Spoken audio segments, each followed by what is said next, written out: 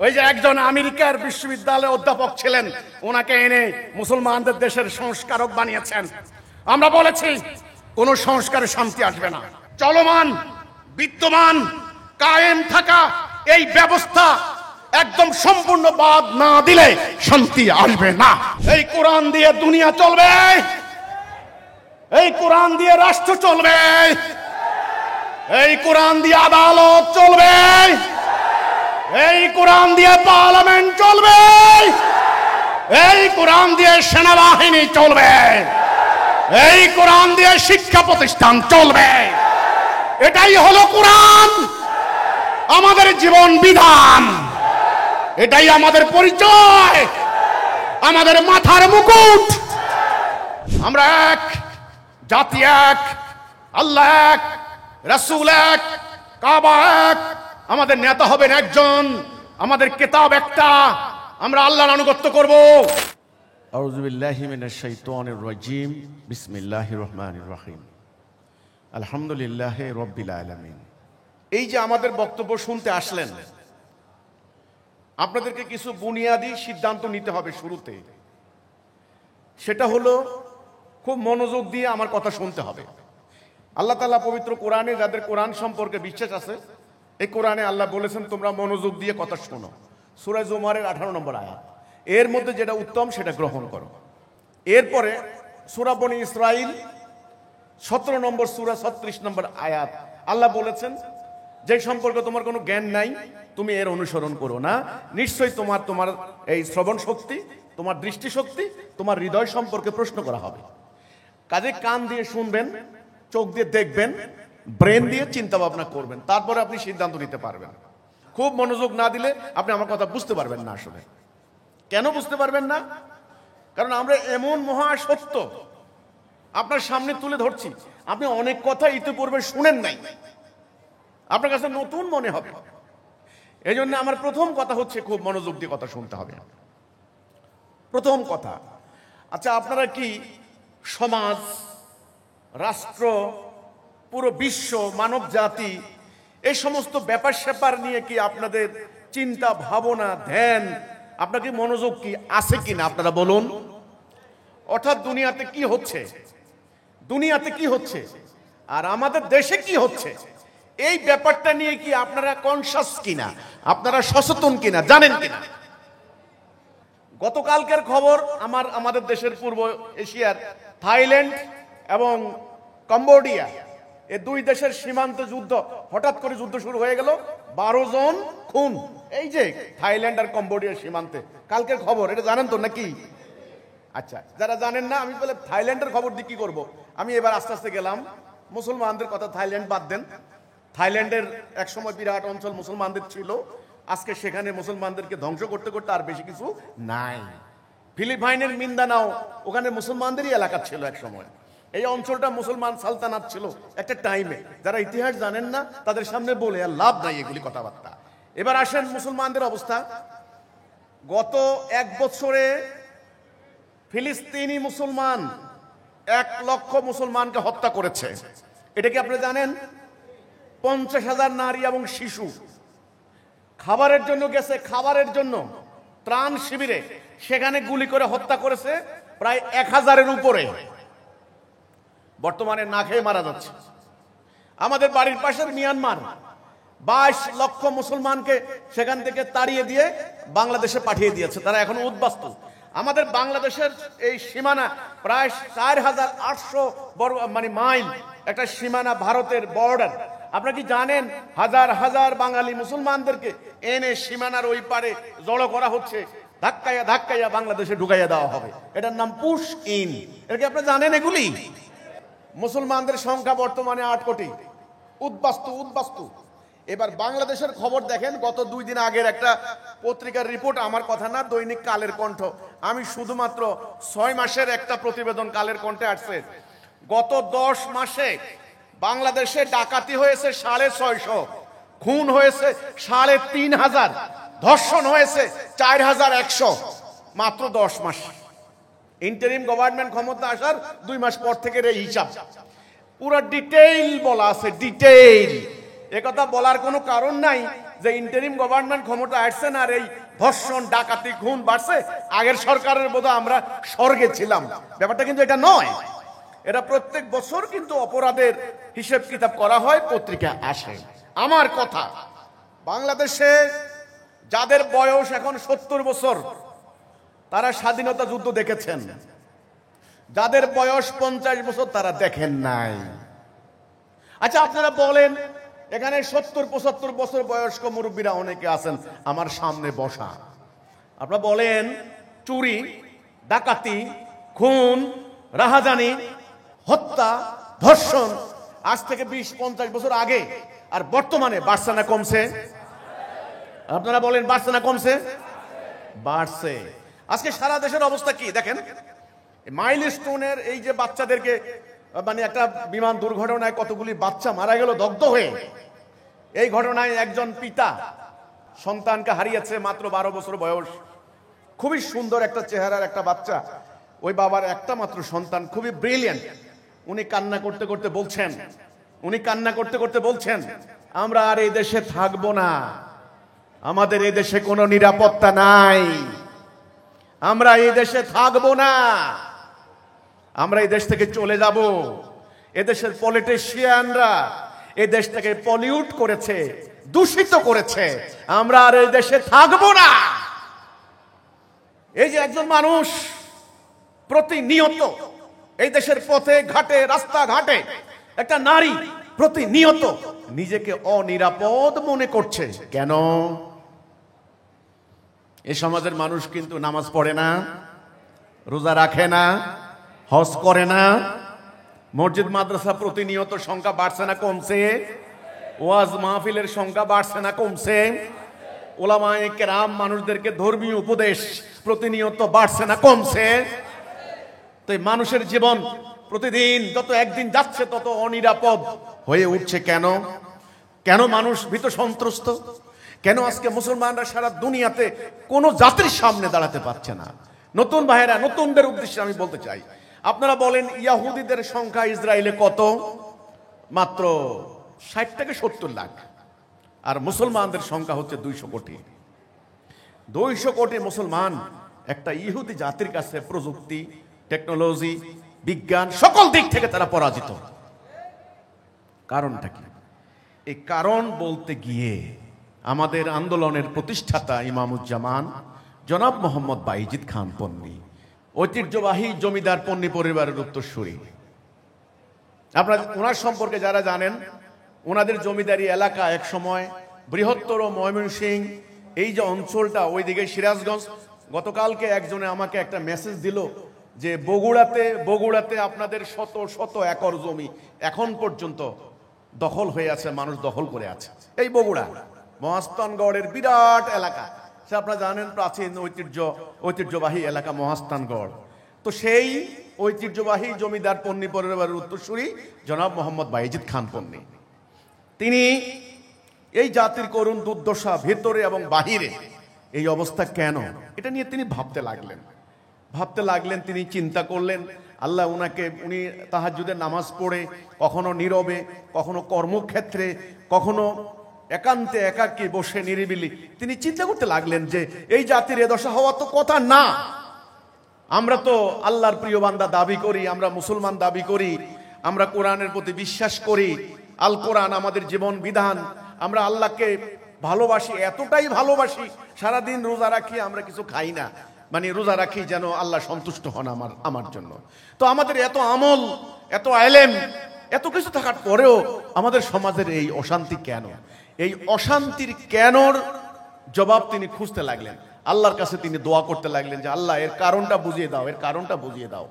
জীবনের একটা পর্যায়ে এসে ওনার সামনে পরিষ্কার হয়ে গেল এই জাতির এই করুণ পরিণতির কারণ কি এবং এখান থেকে উদ্ধারের পথ কি। তিনি একটি বই লিখলেন। ওনার বইয়ের নাম এই ইসলাম ইসলাম নয়। এই ইসলাম নয় নামটা শুনলেই অনেকের কাছে খুব হতবাক হয়ে যেতে হয়। এটা কেমন নাম? এই ইসলাম নয়, এটা কেমন কথা? এই ইসলাম নাকি ইসলাম না? তাহলে ইসলাম কোনটা? হ্যাঁ, তিনি বলেছেন আল্লাহ রাসূল পাক সাল্লাল্লাহু আলাইহি ওয়াসাল্লাম যেই ইসলামটা প্রতিষ্ঠা করেছেন, যে ইসলাম প্রতিষ্ঠা করার ফলে তৎকালীন আরবের জাহিলি সমাজ পরিবর্তন হয়ে গিয়ে আলোকিত সমাজ হলো, সেই প্রকৃত ইসলাম ধীরে ধীরে ধীরে আমরা তার আসল রূপ, আসল চেহারা, আসল আকীদা হারিয়েছি। অর্থাৎ আল্লাহ রাসূলের প্রকৃত ইসলাম আমরা হারিয়েছি। এখন এটা কেমনে, কিভাবে সম্ভব? তাহলে আল্লাহ রাসূলের ইসলাম কেমন ছিল আর এখন যে ইসলাম এটা কেমন? আমরা তো মনে করি ইসলাম মানে আমি নামাজ পড়লাম, আজান দিল, আমার দাড়ি রাখলাম, টুপি পড়লাম, লম্বা জুব্বা পড়লাম, ঈদের নামাজ পড়তে গেলাম, জুমার নামাজ পড়লাম, এই তো আমরা মুসলমান হয়ে গেলাম। আমরা কোনো একটা মানে আমাদের কেউ মারা গেলে কোরআন খতম করলাম, আলেম ওলামাদেরকে এনে দোয়া কালাম করালাম, মিলাদ মাহফিল করলাম, বাস আমরা মুসলমান হয়ে গেলাম। এই হলো আমাদের ধারণা, এই হলো আমাদের ইসলাম সম্পর্কে আমাদের সিলেবাস, আমাদের আমল। কিন্তু ইসলাম কি এটা? ইসলাম কি এটা? তাহলে ইসলাম কি ছিল? ইসলামের উদ্দেশ্য কি? ইসলাম আগমন কেন হয়েছে? এই সমস্ত ধারণা আমাদের সামনে আজকে নাই। দেখেন আমার হাতে একটা বস্তু, এটার নাম কি? এটার নাম কি? ঘড়ি। এটা কি জন্য বানানো হয়েছে বলুন তো? আপনার মাথার উপরে একটা ফ্যান আছে, এটা কি জন্য? বাতাস দেওয়ার জন্য।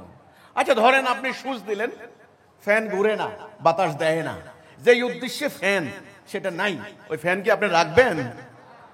এই ঘড়ি সময় দেওয়ার জন্য, সময় দরকার হলো আপনি তাকালেন, সময় দিচ্ছে না, আপনি কি এই ঘড়ি হাতে দিবেন? তাহলে একটা কথা মনে রাখবেন, প্রত্যেকটা জিনিসের একটা উদ্দেশ্য আছে। এই উদ্দেশ্য সম্পর্কে জানার নাম আকীদা। ইসলামের একটা উদ্দেশ্য আছে না? আছে কি না? আপনার জীবনের একটা উদ্দেশ্য আছে, এই কিতাবের একটা উদ্দেশ্য আছে।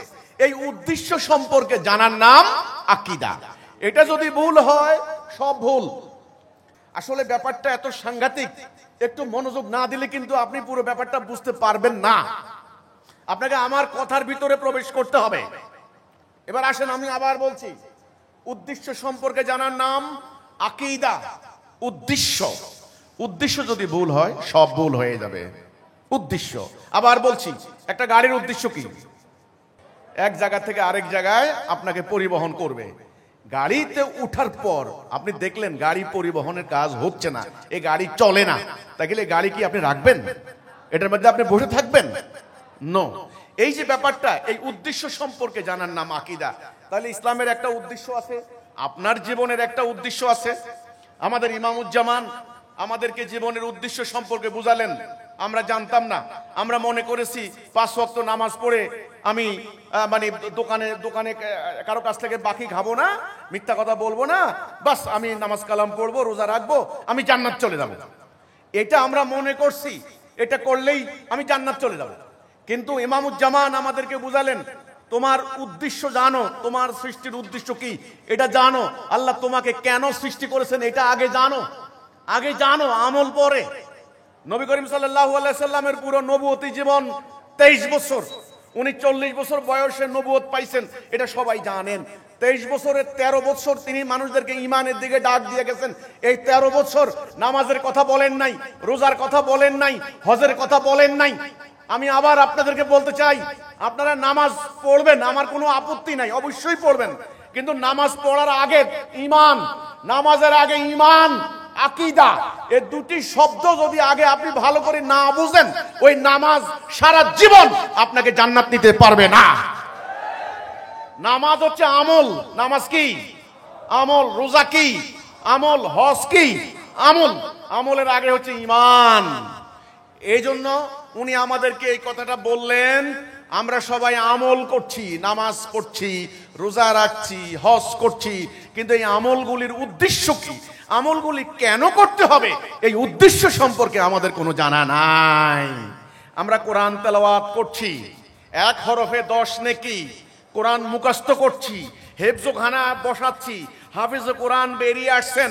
আমাদের কেউ মারা গেলে ওনার শীতানে বসে বসে আমরা কোরআন খতম দিচ্ছি, 40 দিন পর্যন্ত কোরআন খতম দিচ্ছি।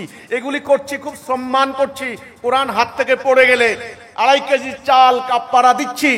আমরা কোরআনকে সুমা দিয়ে, গেলাপ দিয়ে, মুড়ি আমরা তাকের উপর রাখছি। আমরা বিশ্বাস করি এই কোরআন আল্লাহর, এই কোরআন মানুষের রচনা নয়, এটা বিশ্বাস করি। কিন্তু কিন্তু আমরা জানি না এই কোরআন নাযিলের উদ্দেশ্য কি। আমরা বিশ্বাস করি তো এটা আল্লাহর কিতাব, ঠিক আছে, কিন্তু এর উদ্দেশ্য কি এটা আমরা আর জানি না। এই উদ্দেশ্য না জানার কারণে আমার এই বিশ্বাসের কোনো মূল্য নাই। এটাই হলো মোস্ট ইম্পর্টেন্ট কথা, উদ্দেশ্য।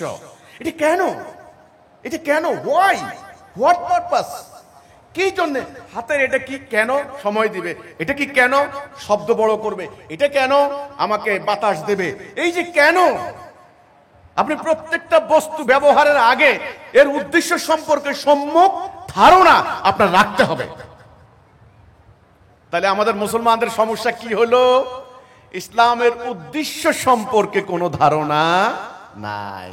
যে ধারণাগুলি আছে, ধারণাগুলি বিভক্ত, বিচ্ছিন্ন, এক এক দলের এক এক ধারণা, নানান ফেরকা, নানান দল, নানান তরিকা, এক এক দলের কাছে ইসলাম সম্পর্কে এক এক কনসেপ্ট, প্রত্যেকটা ভুল আকীদা। আকীদা, আকীদা মানে কি? সঠিক ধারণা, কারেক্ট আইডিয়া। কোন বস্তু হলে সেই বস্তুর উদ্দেশ্য কি, উদ্দেশ্য সম্পর্কে জানার নাম আকীদা। এটা ভুল হলে সব ভুল। আমরা জানতাম না আমাদের জীবনের উদ্দেশ্য কি। ইমামুজ্জামান আমাদেরকে বুঝালেন, তুমি আল্লাহর খলিফা, আল্লাহর প্রতিনিধি। আমাদেরকে সৃষ্টির প্রাক্কালে আল্লাহ সুবহানাহু ওয়া তাআলা সমস্ত মালায়েকদেরকে একত্রিত করলেন, করে বললেন আমি খলিফা বানাবো, তোমরা কি বলো? মালায়েকরা বলল, ওয়ালু আতাজালু ফিহা মাইয়াসফিদু ফিহা ওয়া ইয়াসফিকুদ দিমা ওয়া নাহনু নুসাব্বিহু বিহামদি সুলাকালা ইন্নী আলামু মা লা তা'লামুন। এরা দুনিয়াতে ফাসাদ সাফাকুদ্দিমা করবে। এই দুটি শব্দ মনে রাখবেন, ফাসাদ, সাফাকুদ্দিমা। সূরা বাকারা 30 নম্বর আয়াতে দুটি শব্দ। ফাসাদ মানে হলো অবিচার, অবিচার, অন্যায়, ইনজাস্টিস, ইনজাস্টিস, টারময়েল, সর্বরকম অন্যায়, সর্বরকম অবিচার, এটার নাম ফাসাদ। সাফাকুদ্দিমা মানে রক্তপাত, ব্লাডশেড, যুদ্ধ, মারামারি, হানাহানি, ওয়ার, এ সব কিছু মিলে দুটি শব্দ। মালায়েকরা বলল ফাসাদ, সাফাকুদ্দিমা, এরা দুনিয়াতে ফাসাদ করবে। আচ্ছা বলেন তো আজকে দুনিয়া ভরপুর না? ভরপুর কি না? ফাসাদ, অন্যায়, অবিচার। কে কাকে মারে, কে কাকে ছিনতাই করে, কে কার ডাকাতি করে, কে কাকে খুন করে, কার জীবন কখন চলে যায়, কে মব কিলিং এর শিকার হয়, এর কোন ইয়ত্তা আছে? কোন দেশ কাকে আক্রমণ করে, কাকে মিসাইল হামলা করে, কোন বর্ডারে কাকে হত্যা করে, কোন ইয়ত্তা আছে? কোন বিচার আছে? বাংলাদেশে জাতিসংঘের মানবাধিকার কমিশনের অফিস বসে আছে। আপনাদের মানবাধিকারের চেতনা দেখলে আমরা খুব বিস্মিত হই। এই জাতিসংঘের সামনে, এই জাতিসংঘের সামনে পুরো ফিলিস্তিন, 24 লক্ষ ফিলিস্তিনি জনতা 1 লক্ষ ফিলিস্তিনিকে হত্যা করেছে। টোটাল জনগোষ্ঠীর 5 ভাগ গায়েব করে দিয়েছে। এই জাতিসংঘ কি করেছে? মানবাধিকার অফিস কোথায় ছিল? আজকে আমার বুকে এসে তোমরা মানবাধিকার, তোমাদের উদ্দেশ্য কি? মুমিনরা অসতর্ক থাকে না, সজাগ থাকে মুমিন। আল্লাহ কোরআনে বলেছেন, হে মুমিনরা শয়তানের আনুগত্য করো না, হে মানব জাতি, ও তোমাদের প্রকাশ্য শত্রু, ওকে চিনে রাখো। ফেরেশতারা যুক্তি দেখালো, আল্লাহ বানালেন আদমকে ঠনঠনা মাটি, আঠালো যুক্ত মাটি। আল্লাহ বললেন যখন আমি এর ভেতরে আমার রূহ ফুঁকে দেব, সবাই সেজদা করো। সবাই সেজদা করলো, ইবলিস সেজদা করে নাই। আল্লাহ বললেন ইবলিস এদিকে আসো, ওকে সেজদা করলে না কেন? ওকে আমি নিজ হাতে বানালাম। ইবলিস বলে ও হচ্ছে মাটি, আমি হচ্ছে আগুন। আল্লাহ বললেন অহংকার, অহংকার করে এখানে থাকতে পারবে না, এখান থেকে বেরিয়ে যাও। আউযু বিল্লাহি মিনাশ শাইতানির রাজিম। ইবলিসকে বিতাড়িত করে দেওয়া হলো। ইবলিস বলল, আল্লাহ যার কারণে, মানে আদম, যার কারণে আমাকে আজকে বিতাড়িত করলে, সাগীর করলে, আজকে আমি বহিষ্কৃত হলাম, সুযোগ দাও, ও তোমার পথে থাকবে না। আমি প্রমাণ দেব, আমি ওকে তোমার দেওয়া পথে থাকতে দেব না। ইবলিস কি আল্লাহকে একটা চ্যালেঞ্জ দেয় নাই? আল্লাহ বললেন যা, তোরে আমি সুযোগ দিলাম, অবকাশ দিলাম, তুই উত্থান দিবস পর্যন্ত চেষ্টা কর। ইবলিস চলে গেল। আল্লাহ মাকে বানালেন, বাবা মা দুইজনকে, বাবাকে বললেন আদম উনি তোমার স্ত্রী, ইয়া আদামু উসকুন আনতা ওয়া যাওজুকাল জান্নাত ফাকুলা মিনহা রাগাদাও হাইসু শিতুমা ওয়ালা তাকরাবা হাযিহি শাজারাতা ফাতাকুনা মিনাজ জালিমিন। আদম, এই তোমার স্ত্রী, তোমরা দুইজন এই জান্নাতে থাকো, একটা নিষেধ, ওই গাছের নিকট যাবে না। শয়তান ওনাদেরকে ভুলিয়ে দিল, ওনারা ভুলে গেলেন, ওনারা সেখানে গেলেন। আপনারা জানেন ওই গন্ধমের কাহিনী, আপনারা জানেন, আমি সেদিকে যাব না। তখন আল্লাহ ডাক দিয়ে বললেন, আদম, আমি কি বলি নাই ওর কথা শুনবা না? ও তোমাদের প্রকাশ্য শত্রু। তখন বাবা আদম, মা হাওয়া আল্লাহর কাছে তওবা করলেন, রব্বানা যালামনা আনফুসানা ওয়া ইল্লাম তাগফির লানা ওয়া তারহামনা লানাকুনান্না মিনাল খাসিরিন। আল্লাহ, ভুল হয়ে গেছে, আল্লাহ আমাদেরকে মাফ করে দাও, আমাদের মিস্টেক হয়ে গেছে, আমরা ক্ষমা চাই। এখন তো কেউ ক্ষমা চায় না, ক্ষমা চায় না, ক্ষমার কোনো ধারে কাছে নাই, সবাই বিশাল বড় নিখুঁত, আল্লাহ একমাত্র সুবহান, আর মানুষ ভুলের মধ্যে নিমজ্জিত। বাবা আদম ক্ষমা চাওয়ার পর আল্লাহ বললেন, ঠিক আছে আদম, এখানে আর থাকতে পারবে না, এখান থেকে নামিয়া যাও, ওখানে বংশবৃদ্ধি করো, মানে দুনিয়াতে আমার পক্ষ থেকে পথ আসবে, এই যে আমার পক্ষ থেকে হেদায়া, ফাইম্মা ইয়াতিয়ান্নাকুম মিন্নি হুদা ফামান তাবিআ হুদায়া ফালা খাউফুন আলাইহিম ওয়ালা হুম ইয়াহজানুন। আমার পক্ষ থেকে হেদায়া দেব, হেদায়া, এই হেদায়া মানে সঠিক পথ। বাবা আদম, মা হাওয়া কোথায় ছিলেন? জান্নাতে। আমরা কার সন্তান? আদম হাওয়ার সন্তান। আপনার বাবার বাড়ি আপনার বাড়ি নয় কি? কোথায় বলেন তো, কোথায়? জান্নাতে। এই দুনিয়াতে আপনি পার্মানেন্ট আসেন নাই, কিছু কালের জন্য পরীক্ষা স্বরূপ। আপনার শত্রু হচ্ছে ইবলিস। ও কি করবে? আপনাকে রাস্তা ভুলিয়ে দিবে, কোথায় যাওয়ার রাস্তা ভুলাই দিবে। আপনি এই জীবনে কিছু কালের জন্য এসেছেন, সাময়িক সময়ের জন্য, এরপরে আপনি কোথায় যাবেন? নাকি জান্নাতের কথা ভুলে গেছেন? নাকি জান্নাতে যাওয়ার ইচ্ছা নাই? আছে তো। হিন্দুরা কি চায়? স্বর্গ চায়। আর ইহুদিরা কি চায়? জান্নাত চায়। আরে খ্রিস্টানরা কি চায়? সবাই তো জান্নাত চায়। তো জান্নাতে তো যেতে চাচ্ছে সবাই, চাইলে কি হবে? সঠিক পথ লাগবে না? ময়মনসিং কোন দিকে? উত্তর দিকে। এখানে ময়মনসিং এর লোক যারা আছেন, মিটিংটা শেষ হওয়ার সাথে সাথে পাগল হয়ে যাবে, কখন বাপের বাড়ি যাব। আচ্ছা, ওনারা যদি দক্ষিণ দিকে রওনা দেন, জীবনে আর যাওয়া যাবে? তাইলে বাড়িতে যাওয়ার জন্য কি লাগবে? সঠিক পথ। এই সঠিক পথের নাম হেদায়াত।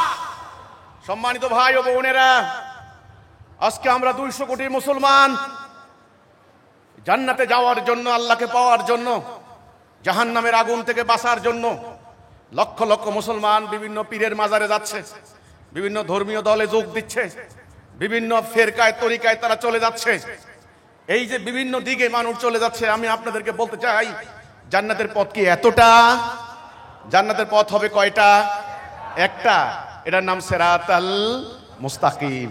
এই রাস্তার নাম দিয়েছেন আল্লাহ সুবহানাহু ওয়া তাআলা, সিরাতাল মুস্তাকিম। সহজ সহজ, সিম্পল, স্ট্রেইট।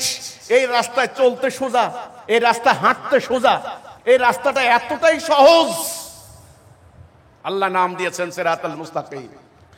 দুনিয়াতে আমরা কার খলিফা? বলুন, দুনিয়াতে কার খলিফা? আল্লাহর খলিফা। দুনিয়াতে আমাদের মূল কর্তব্য কি? দুনিয়াতে মূল কর্তব্য হচ্ছে আল্লাহর খেলাফত করা। একটা চন্দ্রের দিকে তাকালে আপনি কি চন্দ্রের উদ্দেশ্য সম্পর্কে জানবেন না? সূর্যের উদ্দেশ্য সম্পর্কে জানবেন না? বৃক্ষরাজি তরুলতায় উদ্দেশ্য আছে না? পাহাড় পর্বত মৎস্যকুল বিহঙ্গকুল উদ্দেশ্য আছে না? আছে কি না? হাইড্রোজেন, অক্সিজেন, নাইট্রোজেন, কোনটার উদ্দেশ্য নাই আপনি বলুন তো দেখি। বলুন তো, ঢাকা শহরে যত বিল্ডিং আছে, গাজীপুরে যত বিল্ডিং আছে, প্রত্যেকটা বিল্ডিং এর একটা উদ্দেশ্য আছে না? তো আপনার জীবনের উদ্দেশ্য কি ভাই? এটা বলছে কেউ আপনাকে কোনোদিন? আজকে জেনে নেন, ইমামুজ্জামান জনাব মোহাম্মদ বাইজিদ খান পন্নী এই মহাসত্য আমাদেরকে বুঝিয়ে দিলেন। তিনি বললেন, তোমাদের জীবনের উদ্দেশ্য হচ্ছে তোমরা এই দুনিয়ার জীবনে আল্লাহর খেলাফত করবে। আমরা যেন আল্লাহর খেলাফত করতে না পারি। আমাদের প্রধান শত্রু কে? এই ইবলিসকে চিনতে হবে। দেখুন, আমরা কিন্তু আল্লাহর নাম বলার আগে কিন্তু শয়তান থেকে পানা চাই, নিয়ম না? আউযু বিল্লাহি মিনাশ শাইতানির রাজীম। এরপরে বিসমিল্লাহির রহমানির রহিম। শয়তানকে আগে চিনতে হবে ভাই। শয়তানকে না চিনলে আল্লাহকে চিনা মুশকিল আছে। আদমের উদ্দেশ্য হচ্ছে আল্লাহর খেলাফত করা। আমরা আদম সন্তান, আমাদেরও একই উদ্দেশ্য। রাস্তা কয়টা? এটা হলো সিরাতুল মুস্তাকিম, হেদায়া। এটা হলো দলালা। এই রাস্তাটা কে দিয়েছেন? আল্লাহ। এই রাস্তার শেষ মাথা কোথায়? জান্নাত। আর এই রাস্তা কে নির্মাণ করবে? ইবলিস। এই রাস্তার শেষ মাথা কোথায়? এই রাস্তার মধ্যে যারা থাকবে তারা হচ্ছে মুমিন। এই রাস্তায় যারা যাবে তারা হচ্ছে কাফের। এই রাস্তা যারা থাকবে তাদের ওলি আল্লাহ, আর এই রাস্তা যারা থাকবে তাদের অভিভাবক হচ্ছে ইবলিস, তাগুত। আপনি আমি মাঝখানে মধ্যখানে আমাদের সিদ্ধান্ত নিতে হবে। আমরা কি এদিকে যাব না এদিকে যাব? আপনারা বলুন তো দেখি, আমরা কি সিরাতুল মুস্তাকিমে যাব না দলালাতে যাব? আরে ভাই, প্রতি ওয়াক্ত নামাজে আল্লাহ রাব্বুল আলামিন আমাদেরকে প্রার্থনা করতে বলেন সূরা ফাতিহার মধ্য দিয়ে, ইহদিনাস সিরাতাল মুস্তাকিম। আল্লাহ আমাদেরকে সিরাতুল মুস্তাকিমে হেদায়েত দাও। আল্লাহ গায়রিল মাগদুবি আলাইহিম ওয়ালাদ-দাল্লিন। ওই পথে যাব না, দলালাতে যাব না। আল্লাহ, ওখানে গজব, ওখানে লানত। আজকে দুনিয়াতে অশান্তির মূল কারণ এই পুরো মানব জাতি হেদায়েতে আছে নাকি দলালাতে? পুরো মানব জাতি কি আল্লাহর খেলাফত করে না ইবলিসের খেলাফত করে? আল্লাহর আনুগত্য করে না ইবলিসের আনুগত্য করে?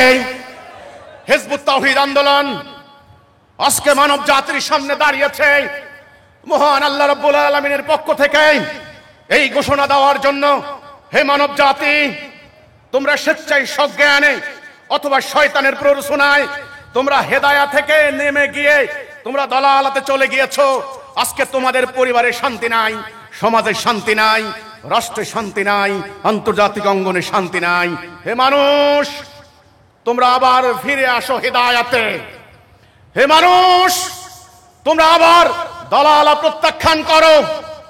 হেদায়েতে আসার জন্য আল্লাহর সঙ্গে যে অঙ্গীকার করতে হয়, এই অঙ্গীকারের নামে হচ্ছে কালেমাতুত তাইয়্যিবা, কালেমাতুত তাওহীদ, লা ইলাহা ইল্লাল্লাহ।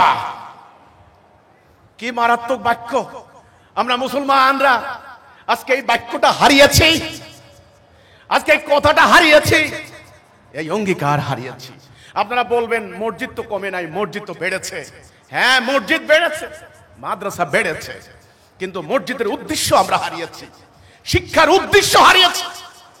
আজকে শিক্ষিত লোক শিক্ষিত হচ্ছে টাকা কামাই করার জন্য, কিন্তু শিক্ষার উদ্দেশ্য ছিল মানবতার মুক্তি। লা ইলাহা ইল্লাল্লাহ তাসবিহ দানা টপকানো হচ্ছে, কিন্তু লা ইলাহা ইল্লাল্লাহ বলার কারণে একজন মানুষ মুহাম্মদুর রাসূলুল্লাহ সাল্লাল্লাহু আলাইহি ওয়াসাল্লাম জীবনে মিথ্যা বলেন নাই, জীবনে কারোর সাথে প্রতারণা করেন নাই, জীবনে চুরি ডাকাতি নাউজুবিল্লাহ প্রশ্নই আসে না। এই মানুষটাকে পাথরের আঘাতে আঘাতে জর্জরিত করা হয়েছে। তার কি অপরাধ ছিল? তিনি বলেছেন লা ইলাহা ইল্লাল্লাহ, একবার বলেছেন। লা ইলাহা ইল্লাল্লাহ মানে কি? তাহলে মুহতারাম মুহতারেমা, সম্মানিত সম্মানিতা ভাই ও বোনেরা, মুমিন মুমিনা, আমি বিনীতভাবে আপনাদেরকে পরিষ্কার করে বলতে চাই, আপনারা আল্লাহকে বিশ্বাস করেন, আমি জানি। আপনারা নামাজ পড়েন, আপনারা রোজা রাখেন। আপনারা কি এই ইতিহাসটা জানেন? মক্কার কাফেররাও কিন্তু নামাজ পড়তো। এই কথা বললে এখন খটকা লাগবে আপনার ভিতরে। মক্কার কাফেররাও কিন্তু হজ করত, তারাও কিন্তু আল্লাহ বিশ্বাস করত। আল্লাহ বিশ্বাস না করলে নবী করিম সাল্লাল্লাহু আলাইহি সাল্লামের বাবার নাম কি ছিল? আব্দুল্লাহ। আব্দুল্লাহ মানে কি? আল্লাহ দাস। আবার ওই সমাজে আব্দুল উজ্জা এই নামও ছিল, উজ্জার দাস। আল্লাহ বিশ্বাস করত, হজ করত, খাতনা করত, কোরবানি দিত। কিন্তু সেই সমাজের মানুষকে নবী করিম সাল্লাল্লাহু আলাইহি সাল্লাম লা ইলাহা ইল্লাল্লাহর দিকে ডাক দিলেন কেন? আমি আপনি মধ্যখানে আল্লাহর খলিফা। কার খলিফা? আমার উচিত, আমার কর্তব্য, আমি কি ডান দিকে যাব নাকি বাম দিকে যাব? আমি কি আল্লাহর আনুগত্য করব না ইবলিসের আনুগত্য করব? কেন করব ওটা কিন্তু বুঝতে হবে। আল্লাহর আনুগত্য আমি কেন করব? কারণ আমার জীবন পারিবারিক, ব্যক্তিগত, সামাজিক জীবনে শান্তি কোন পথে আসবে এটা কে জানেন? আল্লাহ। আমি শান্তিতে থাকি এটা কে চান? আর আমি অশান্তির মধ্যে পড়ি এটা কে চায়? ইবলিস। আমাদের দ্বীনের নাম কি? ইসলাম। ইসলাম মানে কি? ইন্নাদ-দীনা ইনদাল্লাহিল ইসলাম। ইসলাম মানে কি? শান্তি। তাহলে আমরা কি শান্তি চাই নাকি অশান্তি চাই? আমরা কি নিরাপত্তা চাই নাকি হানাহানি চাই? আমরা কি জান্নাতে যাইবার চাই না জাহান্নামে যাইবার চাই? আমরা কি ভাই ভাই থাকতে চাই নাকি শত্রু হতে চাই? যদি চান, চাইতে হলে আপনাকে একটা অঙ্গীকার করতে হবে আল্লাহকে, আল্লাহর সাথে। সেই অঙ্গীকারের নামই হচ্ছে ঈমান, লা ইলাহা ইল্লাল্লাহ। এই বাক্য নিয়ে, কালেমাতুত তাইয়্যিবা নিয়ে সকল নবীরা এসেছেন। শেষ নবী হযরত মুহাম্মদ সাল্লাল্লাহু আলাইহি সাল্লাম, তিনি আমাদের নবী। এখন আমাদের কলেমা হবে লা ইলাহা ইল্লাল্লাহ মুহাম্মাদুর রাসূলুল্লাহ। এই কথার অর্থ হচ্ছে, আল্লাহ, আমি তোমার হুকুম বিধান ছাড়া আর কারো হুকুম বিধান মানি না। এটা কার হুকুম? এটা কার বিধান? এটা কার আদেশ? এখানে কার নিষেধ? এটা কোনো মানুষের তৈরি? মানুষের তৈরি অনেক কিতাব আছে না, অনেক বই আছে না। আমরা যে বলি ও বই, বই বই শব্দটা ওহি থেকে, ওহির জ্ঞান, মানুষের জ্ঞানের সূত্র। আজকে তো ওহির জ্ঞানকে বাদ দিছে। এরা বলে এই যে পশ্চিমা নাস্তিকতাবাদী সভ্যতার শিক্ষা, তো আপনাদের বলে কি কোরআন, নাউজুবিল্লাহ, আস্তাগফিরুল্লাহ, এসব কথা বলতে গেলেও ভাই বুক কাঁপে। উদাহরণের খাতিরে বলতে হয়। এরা বলে কি, আরে এগুলা মানুষের তৈরি। হাজার হাজার বছর আগে চালাক চতুর মানুষরা নবী দাবি করছে, আল্লাহ বলতে কিছু নাই, আস্তাগফিরুল্লাহ, এই যে কোরআন টোরান, এগুলা আর এগুলা হলো মানুষের তৈরি। এগুলা এই কালে এখন চলে না। দেখেন, এই যে আমরা বই বলি না, বই বই কথাটাও কিন্তু ওহি থেকে আসা। তাহলে এটা কার হুকুম? তাহলে লা ইলাহা ইল্লাল্লাহর মানে কি হইল? আমি আমার ব্যক্তি জীবন, আমার রাষ্ট্রীয় জীবন, আমার সামাজিক জীবন, আমি আল্লাহর এই বিধান ছাড়া আমি কারো বিধান মানি না। আচ্ছা, মুহাম্মদ রাসূলুল্লাহ হইছেন কি দিয়া? মক্কার কাফেরদের সমস্যাটা কি ছিল? রাসূলুল্লাহর ব্যাপারে তাদের কোনো আপত্তি ছিল? ওরা বলতো না মুহাম্মদ সাল্লাল্লাহু আলাইহি সাল্লাম, আরে তুমি তো ভালো, আলামিন as-সাদিক, আমরা তোমার বিশ্বাস করি। ওই যে দেখেন না, হিজরতের রাত্রিতে ওনার কাছে গচ্ছিত রাখছে সম্পত্তি, এত বিশ্বাস করে। আজকালকার তো এই বিশ্বাস কেউ নাই। কিন্তু তাদের আপত্তি ছিল, তুমি যে বলো তোমার আল্লাহ তোমাকে কোরআন দিয়েছেন, এটা আমরা মানি না। এই তো কাফের আর মুমিনের পার্থক্য হয়ে গেল। তাহলে লা ইলাহা ইল্লাল্লাহ মানে কি? আল্লাহ ছাড়া কারো হুকুম বিধান মানি না, আল্লাহ ছাড়া কারো আনুগত্য করব না। এটা হলো ঈমান। এটার নাম কি? ঈমান। এই ঈমান যারা আনবেন তারা মুমিন, তারা ডান দিকে চলে গেছে সবাই। আর এই ঈমান যারা আনবে না তারা সব বাম দিকে, তারা জাহান্নামী। তাদের কোনো আমল আল্লাহ কবুল করবেন না, যত ভালো মানুষ হোক কোনো লাভ নাই। আসেন এবার আজকে আমাদের বর্তমানে মুসলমানদের এই দুর্গতি কেন? কেনর জবাব আমি কালের কণ্ঠের 10 মাসের হিসাব, এটা কালের কণ্ঠ পত্রিকা।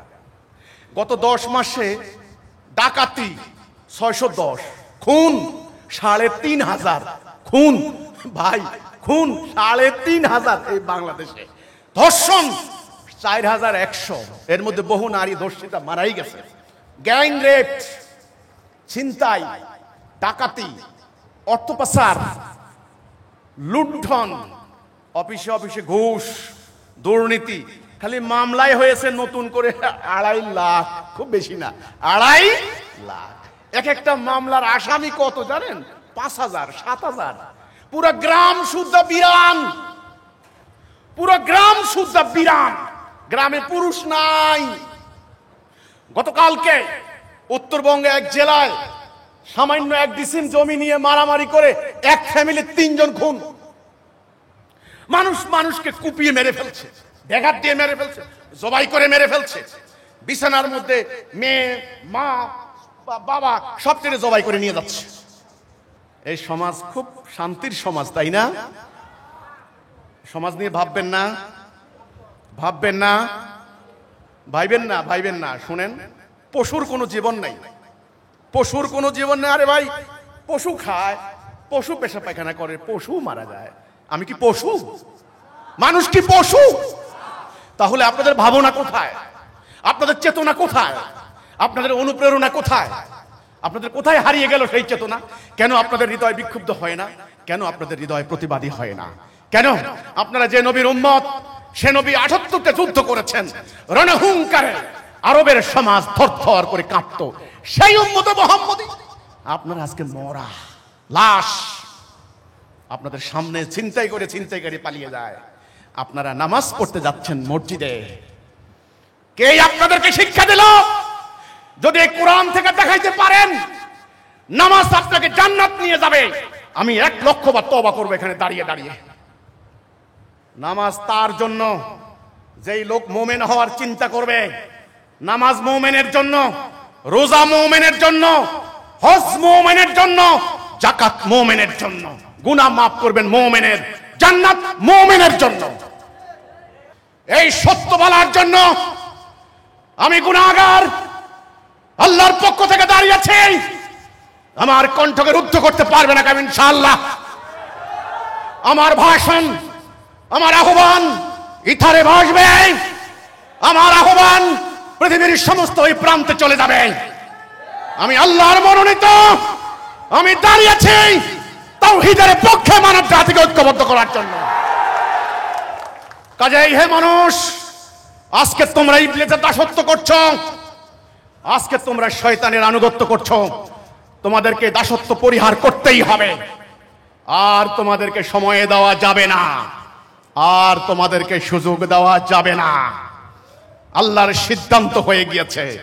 সিদ্ধান্ত না হলে আপনাদের মতো এরকম মানুষ, আপনাদের মতো মানুষ, আমার মতো সাধারণ মানুষের বক্তব্য শোনার জন্য আপনারা শত শত মাইল দূর থেকে কেন আসবেন? এটা কি আল্লাহর ফয়সালা নয় কি?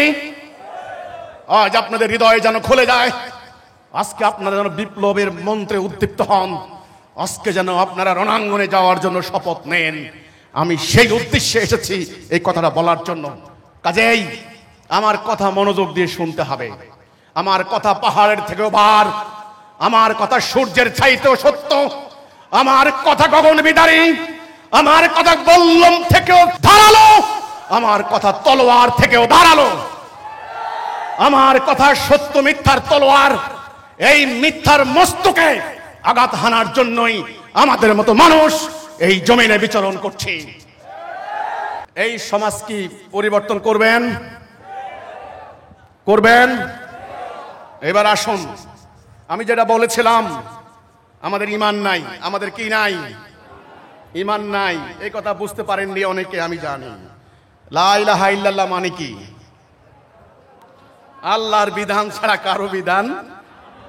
বাস্তবে আমাদের দেশ, আমাদের সমাজ, আমাদের রাষ্ট্র, আমাদের এই দুনিয়া আল্লাহর বিধান দিয়ে চলে? আমি আমার দেশের কথা বলি। আমাদের কোর্ট কাছারিতে এই যে বিচার ফয়সালা হয়, বিচার হয়, এটা কি ব্রিটিশের আইন না আল্লাহর আইন? কেন? আল্লাহ কি আপনার ওই অপরাধের বিচার করার জন্য কি আল্লাহ আইন দেন নাই? সেটা বাদ দিয়ে আমরা ব্রিটিশের আইনে বিচার করছি। এক। দুই, সুদ আল্লাহ কি হারাম করেছেন না জায়েজ করেছেন? হারাম। সেই সুদ ভিত্তিক অর্থনীতি আমাদের অর্থনীতির বুনিয়াদ। সুদী মহাজনরা রাষ্ট্র চালায়, সুদী কারবারিরা আপনাকে ঋণ দেয়, সুদের উপর দাঁড়িয়ে আছে পুরো জাতি। অর্থনীতি কিসের? সুদের। তাহলে এটা আল্লাহর অর্থনীতি না মানুষের তৈরি অর্থনীতি? এখন মুশকিল হয়েছে, আমাদের মুহতারাম মুসল্লিয়ান ইকরাম ওনারা তো মনে করেছেন, ওনাদেরকে একটা জাল হাদিস শিক্ষা দেওয়া হচ্ছে, নামাজ জান্নাতের চাবি, নামাজ পড়তে পড়তে জান্নাত চলে যাইবা, যত কিছু করো নামাজ পড়ো, বাস। দুনিয়া নিয়ে ভাবনার কোনো টাইম নাই, অর্থনীতি বিচার নিতে নিতে কোনো ভাবনার কোনো টাইম নাই। মুসলমানদের এই দুর্গতির মেইন কারণ, মেইন রিজন, আল্লাহ কোরআনে বলেছেন, তোমরা কি সিদ্ধান্ত নেবে যে আমার কিছু মানবে কিছু মানবে না? আফাতুমিনুনা বিবাদিল কিতাবি ওয়া তাকফুরুনা বিবাদ, কিছু মানবে কিছু মানবে না। এই কোরআনের অর্ধেক উদাহরণ দিচ্ছি আমি, এই অর্ধেক আপনি আপনি বললেন এই অর্ধেক আমি মানি আর এই অর্ধেক মানি না, এটা কি আপনি হবে ঈমান হবে? আপনাকে কেউ ঈমানদার বলবে? তো আল্লাহর কিছু মানলেন কিছু মানলেন না, এটার নাম শিরিক। এটার নাম কি? শিরিক। সকল আলেমরা জানেন, সকল মুফতি মহোদয় জানেন, সকল শায়েখরা জানেন, মুফাসসিররা জানেন, ইসলামের মধ্যে সবচাইতে জঘন্য গুনাহ হচ্ছে শিরিকের গুনাহ, যেটা আল্লাহ মাফ করবেন না। আল্লাহ অঙ্গীকার করেছেন সবচাইতে বড় জুলম, ইন্না শিরকা লা যুলমুন আযীম, ইন্নাল্লাহা লা ইয়াগফিরু আন ইউশরাকা বিহি। কোরআনের আয়াত। আল্লাহ বলছেন আমি শিরিক ক্ষমা করব না। এই শিরিকটা কি? শিরিকটা হলো কিছু মানা কিছু না মানা। শিরিক ক্ষমা করা হবে না। যারা শিরিক করে তারা হলো মুশরিক। তারা কি? মুশরিক। বাংলা বলে অংশীবাদী সাব্যস্ত করা, আংশিক মানা আংশিক না মানা। আল্লাহ কোরআনে বলছেন সূরা বাকারার 208 নম্বর আয়াত, ফিসসিলমে কাফা, হে মুমিনগণ আমার দ্বীনে পূর্ণাঙ্গ রূপে প্রবেশ করো। অর্ধেক মানবা অর্ধেক মানবা না, এটা হবে না। আমরা মুসলমানরা কি করেছি? নামাজ পড়ি, কে বলছেন? রোজা রাখি, কে বলছেন? হজ করি, কে বলছেন? আল্লাহ। কিন্তু রাষ্ট্র চলে কার আইনে? ব্রিটিশের আইনে। আদালতে বিচার হয় কার আইনে? রোমান ব্রিটিশ আইনে। অর্থনীতি কার আইনে? মানুষের আইনে। এইভাবে একটা একটা করে বললে একেবারে ম্যাক্সিমাম জাতীয় রাষ্ট্রীয় মেইন আসল বিধানগুলি আমরা মানুষের তৈরি বিধান মানছি। এরপর আল্লাহ সূরা মায়েদা 44, 45, 47, যারা আমার আইন আমার নাজেল করা বিধান দ্বারা ফয়সালা করে না তারা কাফের। আল্লাহ নাজেল করা বিধান কি? কোরআন। এটা দ্বারা যদি আমরা ফয়সালা না করি তাহলে কি হয়ে যাব? কাফের। আমার প্রত্যেকটা স্টেপ আল্লাহ কি বলেছেন? ফয়সালাটা কার বিধানে হবে? দেখেন, ফারুদ্দু ইলাল্লাহি ওয়া রাসূলিহি, আল্লাহ এবং তার রাসূলের উপরে তোমরা রুজু করে দাও তোমাদের দুইয়ের মধ্যে যদি কোনো সমস্যা হয়। হে মুমিনগণ তোমরা ঐক্যবদ্ধ থাকো। তোমাদের মধ্যে যদি কোনো সমস্যা দেখা দেয় ফাসলিউ বাইনাকুম, ফয়সালা করে দাও, ফয়সালা করে দাও। আর বিতর্ক করবে না, দ্বন্দ্ব করবে না, আল্লাহ এবং তার রাসূলের দিকে রুজু করে দাও। ফারুদ্দু ইলাল্লাহি ওয়া রাসূলিহি, আল্লাহ এবং রাসূলের দিকে। আল্লাহর কথা হলো আমার দিকে আসো, আর ইবলিস আপনাকে টেনে নিয়ে নিয়ে গেছে ইবলিসের দিকে। শেখ হাসিনার পতনের পর বাংলাদেশে রাজনৈতিক দলের সংখ্যা বাড়ছে না কমছে? নতুন নতুন দল, নতুন নতুন পার্টি। এই সব দলের উদ্দেশ্যটা কি আপনারা জানেন না? মধুর চাক। কিসের চাক? মধুর চাক। মধু কোথায়? ক্ষমতার শীর্ষবিন্দুতে। ওটা ধরতে হবে। ওই মধু বন বন বন বন বন বন করছেন সমস্ত মৌচাক, সমস্ত মৌমাছিগুলা জনগণের রক্ত শোষণ করে নিয়ে হাজার হাজার কোটি কোটি টাকা বিদেশে পাচার করে দিচ্ছে। ইন্ডাস্ট্রি, কল কারখানা, চাঁদাবাজের অত্যাচারে অতিষ্ঠ হয়ে যাচ্ছে। ট্যাক্সের উপর ট্যাক্স, নতুন নতুন ভ্যাট, নতুন নতুন ট্যাক্স। ট্যাক্সের জ্বালায় মানুষ আত্মহত্যা করে মারা যাচ্ছে। চুরি, ঘুষ, রাহাজানি। যার টাকা নাই তার আদালতে কোনো বিচার নাই। আজকের পত্রিকা এসেছে একজন ভদ্রলোক একটা মামলার রায় পেয়েছেন 41 বছর পর। ওনার বর্তমান বয়স 81 বছর। 41 বছর পর সে নিঃস্ব হয়ে গিয়েছে। এই হচ্ছে বিচার ব্যবস্থা। অথচ তোমরা মুসলমান, তোমাদের সামনে একজন নবী রাহমাতুল লিল আলামিন 78টা যুদ্ধ করে লড়াই করে রক্ত দিয়ে একটা রাষ্ট্র ব্যবস্থা কায়েম করে দিয়ে গেলেন। সে রাষ্ট্রে তিনি ছিলেন বিচারপতি। উনি যখন চলে গেলেন হযরত ওমর রাদিয়াল্লাহু তাআলা আনহু খলিফা ছিলেন। বছরের পর বছর আদালতে কোনো মামলা আসতো না। ওই বিচার ব্যবস্থা তোমরা বাদ দিয়েছো। তোমরা বাদ দিয়ে ব্রিটিশের বিচার ব্যবস্থা নিয়েছো। তোমাদের দয়া, তোমাদের দোয়া প্রার্থনা আল্লাহ কবুল করবেন, তাই না? তোমরা মুমিন নাও, তোমরা মুমিন নাও, তোমরা কাফের মুশরিক। আল্লাহর আইন, আল্লাহর হুকুম, আল্লাহর বিধান, আল্লাহর নাযিল করা বিধান তোমরা বাদ দিয়েছো। এই জন্য এখন সিদ্ধান্ত নিতে হবে। বলুন না কেন এই জাতি কি মুমিন? এরা কি ডাইনে আছে না বামে আছে? এরা কি আল্লাহর আনুগত্য করে না ইবলিসের আনুগত্য করে? এখন এদের ভেতরে এই অশান্তি, বাহিরে মাইর, এখান থেকে বাঁচার জন্য উপায় কি আপনারা বলেন? কি উপায়? সংস্কার। ওই যে একজন আমেরিকার বিশ্ববিদ্যালয়ে অধ্যাপক ছিলেন, ওনাকে এনে মুসলমানদের দেশের সংস্কারক বানিয়েছেন। আমরা বলেছি কোন সংস্কারে শান্তি আসবে না। নতুন নতুন দল করেন, আসবে না। আবার কেউ বলছেন আগামী দিন fair and free participatory election হলে শান্তি আসবে। গ্যারান্টি দিয়ে বলুক, ফেয়ার ইলেকশন কে দেশে হয় নাই? এই ভাই, ফেয়ার ইলেকশন কে দেশে হয় নাই? হয়েছে। আমি আসমান থেকে আসি নাই, আমি এই সমাজের একজন সতর্ক লোক, সজাগ লোক। ফেয়ার ইলেকশন হয়েছে, অ্যাকসেপ্টেবল ইলেকশন হয়েছে, পার্টিসিপেটরি ইলেকশন হয়েছে, কিন্তু ফেসিবাদ কি হয় নাই? অর্থ পাচার কি বন্ধ হয়েছে? দুর্নীতি লুটপাট বন্ধ হয়েছে? হবে না। আমরা বলেছি চলমান বিদ্যমান কায়েম থাকা এই ব্যবস্থা একদম সম্পূর্ণ বাদ না দিলে শান্তি আসবে না। বিদ্যমান, চলমান, কায়েম থাকা বর্তমান জীবন ব্যবস্থা যেটা দিয়ে আমাদের রাষ্ট্র সমাজ চলে, এটার পরিবর্তন না করা পর্যন্ত শান্তি আসবে না।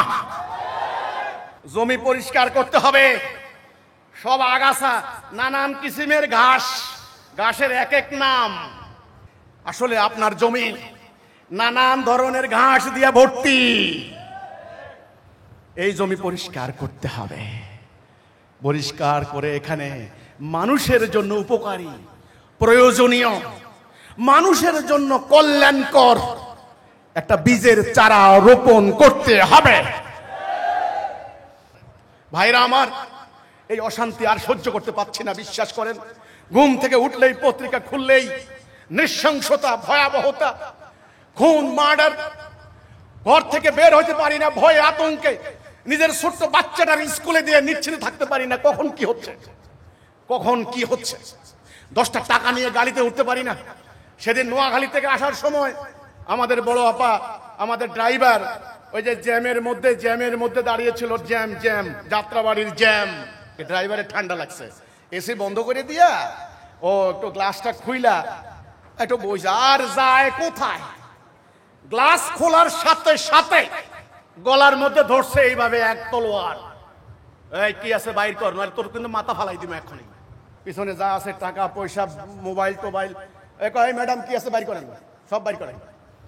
সব মানুষ দাঁড়ায় আছে, গাড়ি দাঁড়ায় আছে, যাচ্ছে আসতেছে, গলার মধ্যে ধরে রেখেছে এইভাবে। এই দেশ নামাজ পড়তে যান, তাই না? শুনেন,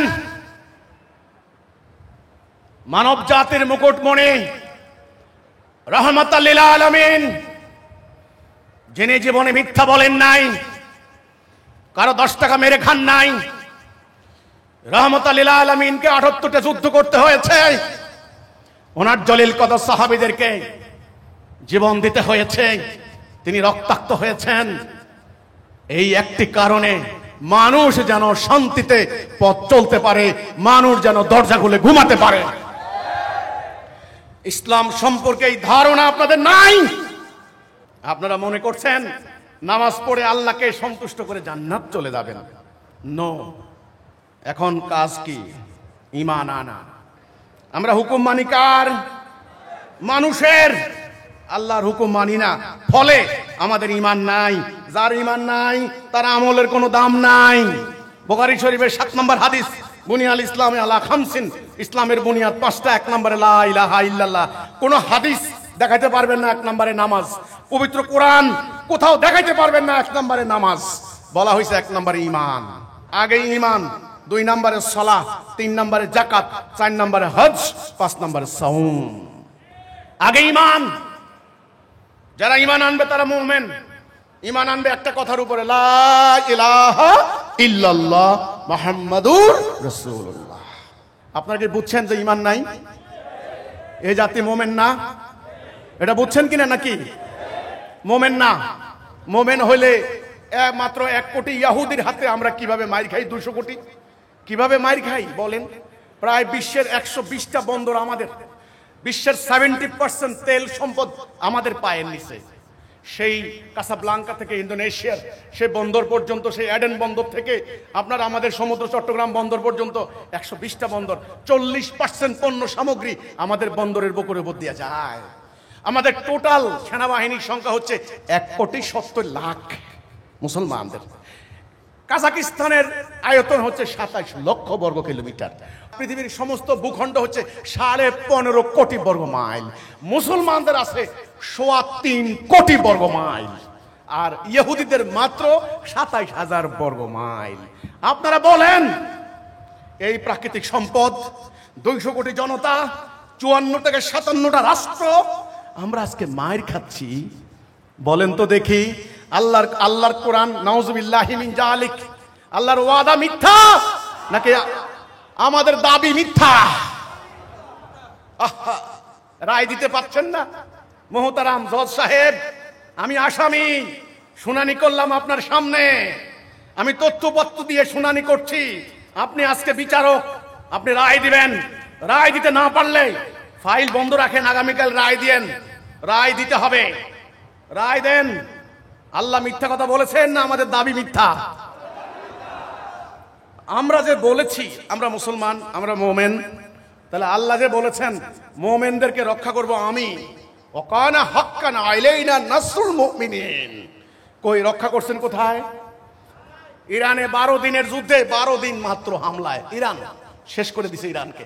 অনেকে বলে না ইরান কিছু করতে পারে নাই, পারে নাই। খবর নিয়ে দেখেন, মাত্র মিয়ানমারের আরাকান আর্মি 10,000, এর থেকে 30,000 হয়েছে। আর আমরা মুসলমান 22 লাখ। আমাদের সমস্ত মুসলমানদের বিশাল রাখাইন রাজ্য দখল করে নিয়ে গেছে 10,000-এর আরাকান আর্মি। হায় হায় মুসলমান, কোন কালে তো মুসলমান এভাবে উদ্বাস্তু শিবিরে যায় নাই, কোন কালে তো মুসলমান এভাবে পালায় নাই, কোন কালে তো মুসলমান এভাবে পরাজিত হয় নাই, কোন কালে মুসলমানদের নারীরা এভাবে বেজ্জতি হয় নাই, কোন কালে মুসলমানদের মসজিদের সামনে ছিনতাই চুরি ডাকাতি হয় নাই। আজকে তোমরা মসজিদে যাও, মসজিদে তোমাদের সেজদার সামনে জুতা, সেজদার সামনে আল্লাহকে সেজদা দিবা, সেজদার সামনে জুতা, এক জোড়া ছেঁড়া স্যান্ডেল, এটা নিরাপত্তা নাই তোমার মসজিদে। কিভাবে বাংলাদেশ ব্যাংকের টাকার নিরাপত্তা মনে করো? কিভাবে? প্রতারক, ওই মহা প্রতারক ইবলিস তোমাদেরকে প্রতারিত করেছে। আমি গুনাহগার।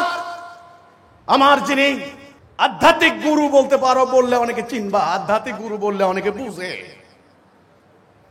আমাদের আন্দোলনের প্রতিষ্ঠাতা ইমামুজ্জামান, তিনি এই মহা সত্য আমাদেরকে দিয়ে গেছেন।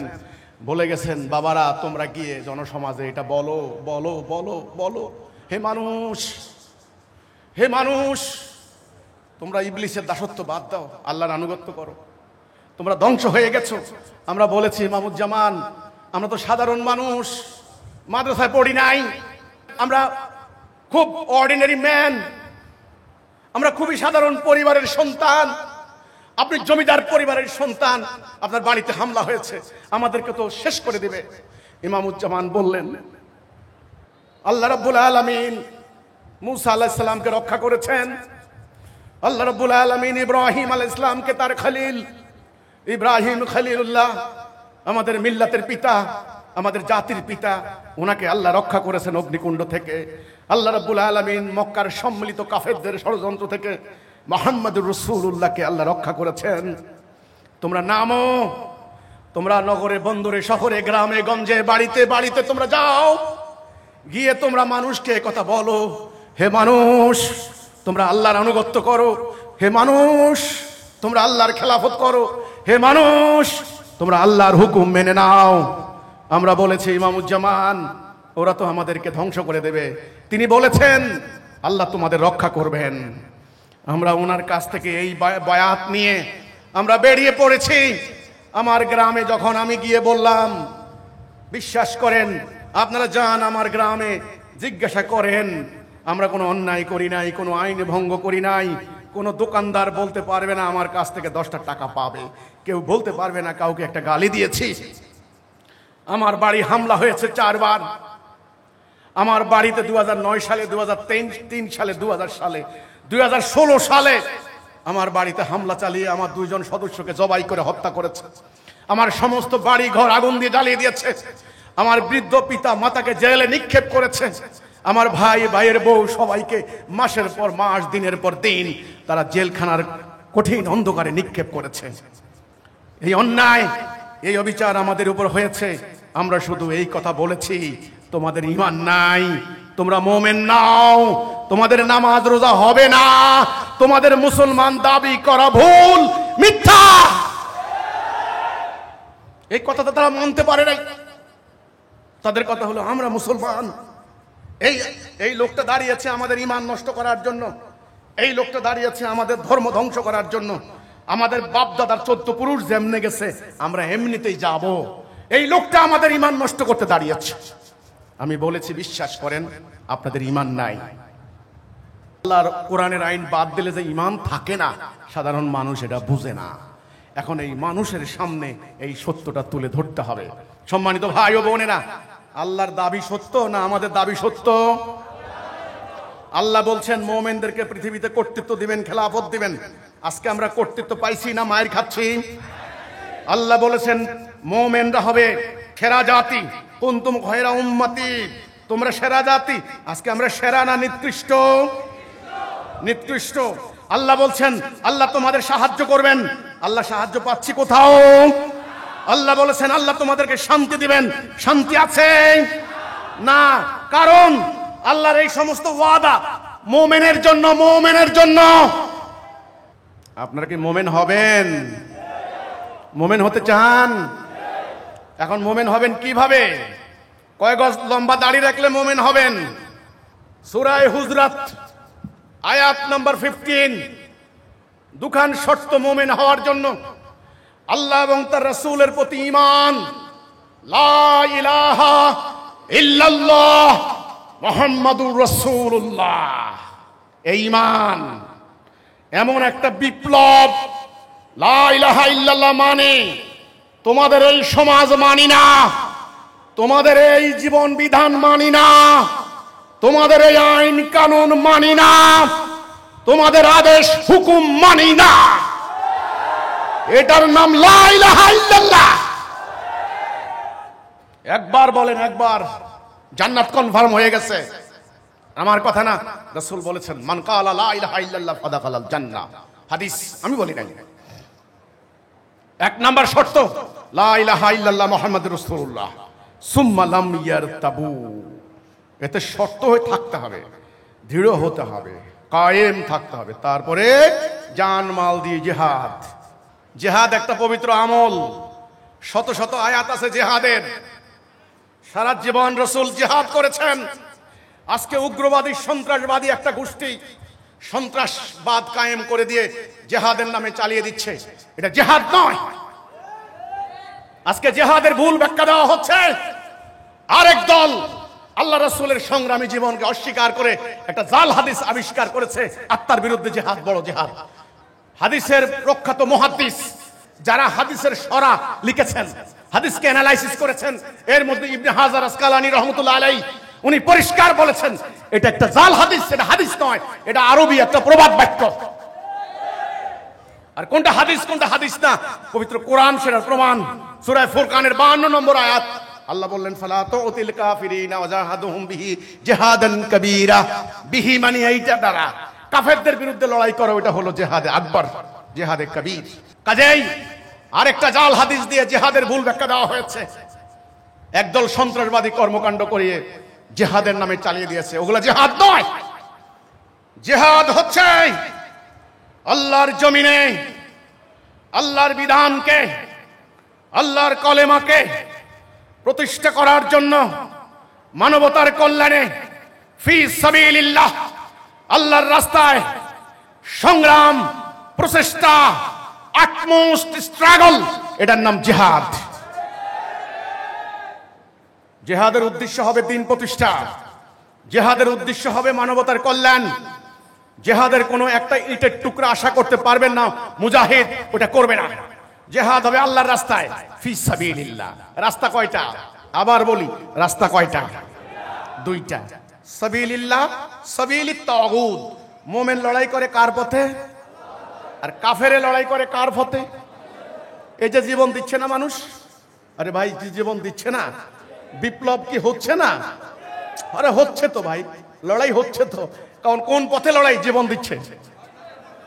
এই যে রাস্তা কয়টা? জীবন ব্যবস্থা কয়টা? দুইটা, আল্লাহর দেওয়া, ইবলিসের তৈরি করা। এখন আপনারা কোন জীবন ব্যবস্থা মানবেন? আল্লাহর দেওয়া, এটার নাম দ্বীনুল হক। আমরা মুসলমান, আমাদেরকে অবিসম্ভাবী রূপে আরবি মানে কোরআনের বেসিক টার্মগুলা, এর কার্যকারিতা, এর ফাংশনাল দিকগুলা আমাদেরকে জানা দরকার। আমরা জানি না। আমাদের সামনে যদি বলা হয় প্রেসিডেন্ট, আমরা বুঝি বাপরে প্রেসিডেন্ট মানে সর্বোচ্চ কর্মকর্তা। এটা রিক্সাওয়ালাও জানে প্রেসিডেন্ট নাম বানান জানে না, ইংরেজি পড়তে জানে প্রেসিডেন্ট। এমপি, পার্লামেন্ট মেম্বার, এটা কেরা ভালো জানে। চেয়ারম্যান, জাজ সাহেব, জানে না এগুলা? কেন জানে জানেন? ব্রিটিশরা যখন আমাদেরকে দখল করেছে, আল্লাহর বিধান বাদ দিয়ে তাদের ইংরেজ সভ্যতা কায়েম করেছে। ফলে এই পরিভাষাগুলা আমাদের একেবারে নিরক্ষর মানুষও জানে এর কার্যকারিতা কি, এর ইয়ে কি। এখন আমরা মুসলমানরা যদি বলি খলিফা, ওই কাপড় সিলাই যে ওটার নাম খলিফা, কার্যকারিতা জানে না। এই জন্য জানতে হবে দিন মানে জীবন ব্যবস্থা, আর দিন মানে হলো একমাত্র জীবন ব্যবস্থা, ডেফিনিট আর্টিকেল। আর দিন ইন্নাদ-দীনা ইনদাল্লাহিল ইসলাম। দিন কিন্তু দুই প্রকার। কয় প্রকার? আল্লাহ দেওয়া, মানুষের তৈরি করা। আমরা কোনটা মানব? মানা উচিত কোনটা? বাস্তবে এখন কোনটা মানি? মানুষের তৈরি। মুসলমান থাকি আমরা? আপনারা বলুন তো দেখি, থাকি না? সূরা ফাতিহা 28, সূরা সফ 9, সূরা তওবা 33, তিনটা সূরার মধ্যে আল্লাহ রাব্বুল আলামিন পরিষ্কার করে দিয়েছেন, ওয়াল্লাযী আরসালা রাসূলাহু বিল হুদা ওয়া দীনিল হক লিইয়ুযহিরাহু আলাদ দীন কুল্লিহি। একটা আয়াত, ওয়াকাফা বিল্লাহি শাহীদা। এগুলো আয়াতের খণ্ডাংশ। তিনি আল্লাহ যিনি আপন রাসূলকে পাঠিয়েছেন, আরসালা রাসূলাহু, রাসূলকে পাঠিয়েছেন হেদায়াত এবং সত্য দিন দিয়ে, যেন অন্যান্য সমস্ত দিনের উপরে এটাকে প্রতিষ্ঠা করেন। তাইলে দিন কয় প্রকার? আল্লাহর একটা দিন, মানুষের তৈরি একটা দিন। আল্লাহ দিনের কি নাম? দ্বীনুল হক। এই দিনটা আল্লাহ কাকে দিছেন? আল্লাহর রাসূলকে। এটাই রিসালাত। রাসূলকে এটা দিয়ে আল্লাহ কি দায়িত্ব দিলেন? এটাকে প্রতিষ্ঠা করেন, এটাকে কায়েম করেন। ভাই আপনাকে একটা গাড়ি দিলাম, গাড়ি দেওয়ার উদ্দেশ্য কি আপনারা বলেন তো দেখি? এটাকে চালাইয়া, ধরেন আপনার শ্বশুর বা আপনার মামা আপনাকে একটা প্রাইভেট কার উপহার দিছে, উদ্দেশ্যটা কি? আপনাকে জানবেন না এর উদ্দেশ্য কি?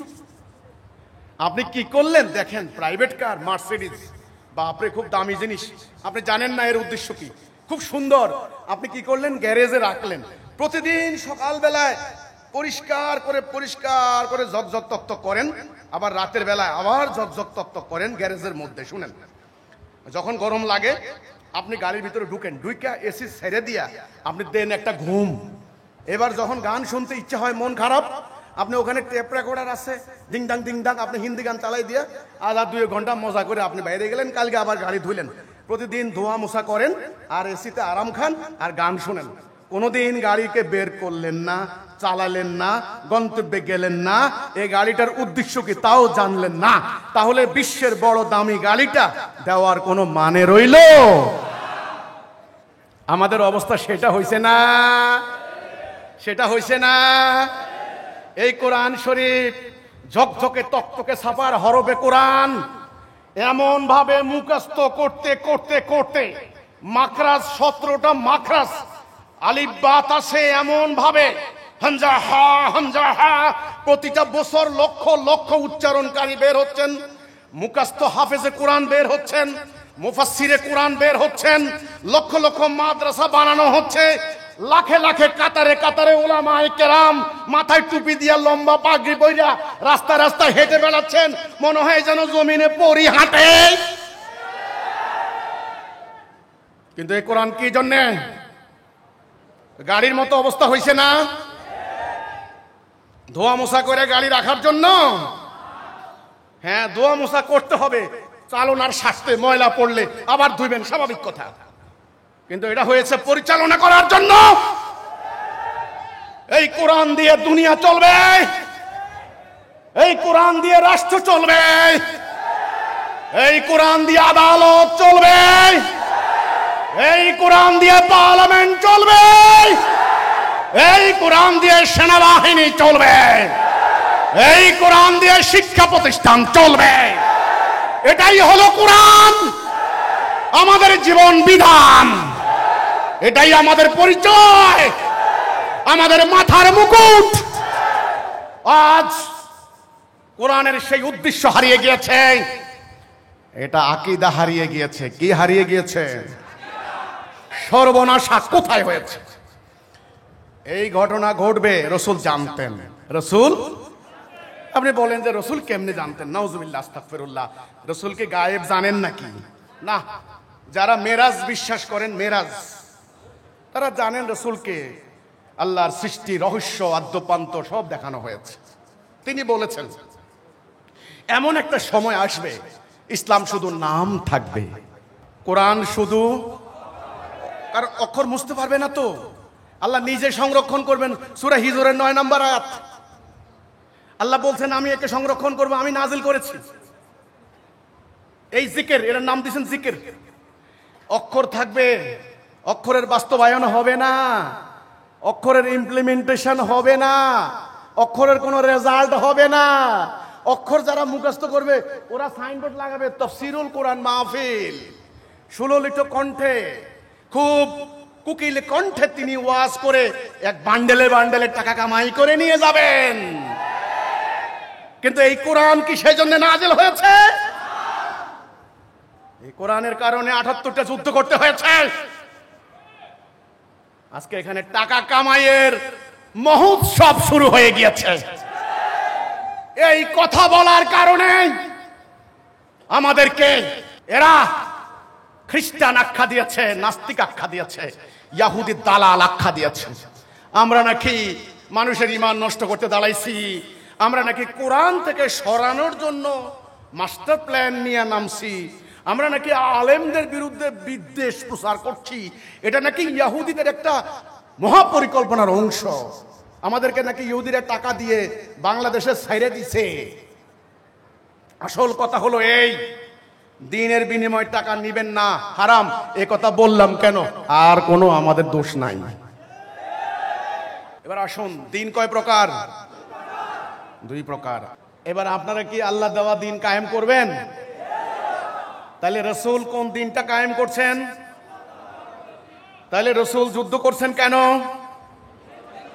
দিন কায়েম করার জন্য। রাসূল একটা জাতি তৈরি করলেন কেন? আপনারা কি আল্লাহর দিন কায়েম করতে চান? আল্লাহর দিন কায়েম করতে হবে, কিন্তু কায়েম না করলে এমনি এমনি আসবে না। এই যে এখন যারা জুলাইয়ের বিপ্লব করলো, তারা কি দিন কায়েমের কথা বলছে? তারাও দাঁড়িয়ে বলছে গণতন্ত্র চাই। কি চাই? গণতন্ত্র চাই। শুনেন, ওরা নাম দিছে অমুক নাকি গণতন্ত্রের ইমাম, অমুক নাকি গণতন্ত্রের পিতা, অমুক নাকি গণতন্ত্রের মাতা, ইত্যাদি ইত্যাদি। কোন মুসলমান আল্লাহর দেওয়া বিধান বাদ দিয়া কোন তন্ত্র মন্ত্র মানতে পারে? এই অশান্তি দূর হবে না যতক্ষণ না আল্লাহর আনুগত্য না করি আমরা। এবার আপনাকে আল্লাহর দিন প্রতিষ্ঠা করতে চান?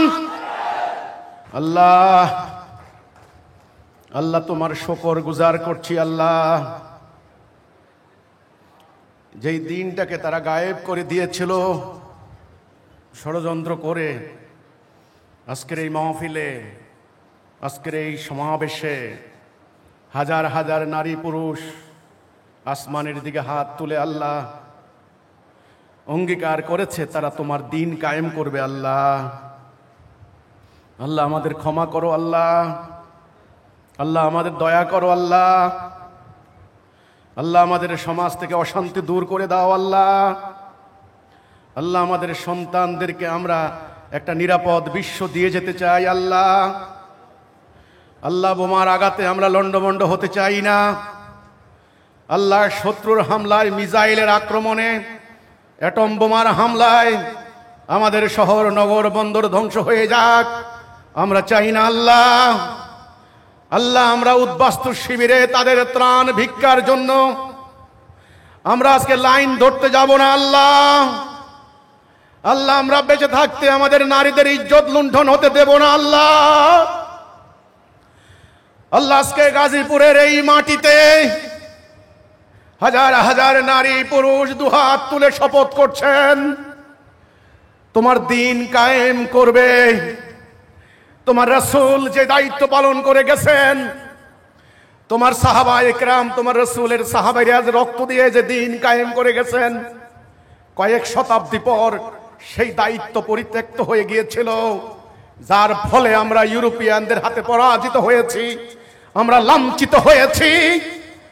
আজ হিজবুত তাওহীদের আহ্বানে, জামানার ইমামের অনুপ্রেরণায় আমার মতো গুনাহগার এক বান্দার ডাকে হাজার হাজার বনি আদম আজকে আবার তওবা করে আবার ঈমান আনার শপথ করছে আল্লাহ। আল্লাহ তুমি আমাদের ক্ষমা করো আল্লাহ। আল্লাহ তুমি আমাদের হৃদয়কে প্রশস্ত করে দাও আল্লাহ। আমাদের পা গুলাকে আল্লাহ তুমি দৃঢ় করো আল্লাহ। আমাদের হৃদয়কে তুমি শান্ত প্রশান্ত করে দাও আল্লাহ। আমরা এতদিন ইবলিসের দাসত্ব করেছি, আমরা বুঝতে পারি নাই, আমরা প্রতারিত হয়েছি মহাপ্রতারক শয়তানের চক্রান্তে। আমরা দলালাতে চলে গিয়েছিলাম, আমরা তোমার আনুগত্যবাদ দিয়ে গণতন্ত্র সমাজতন্ত্রের মতো বস্তা পচা মানুষের মতবাদের আনুগত্য করছিলাম আল্লাহ। আমরা ভুল বুঝতে পেরেছি আল্লাহ। আমাদের ক্ষমা করে দাও আল্লাহ, আমাদের ক্ষমা করে দাও।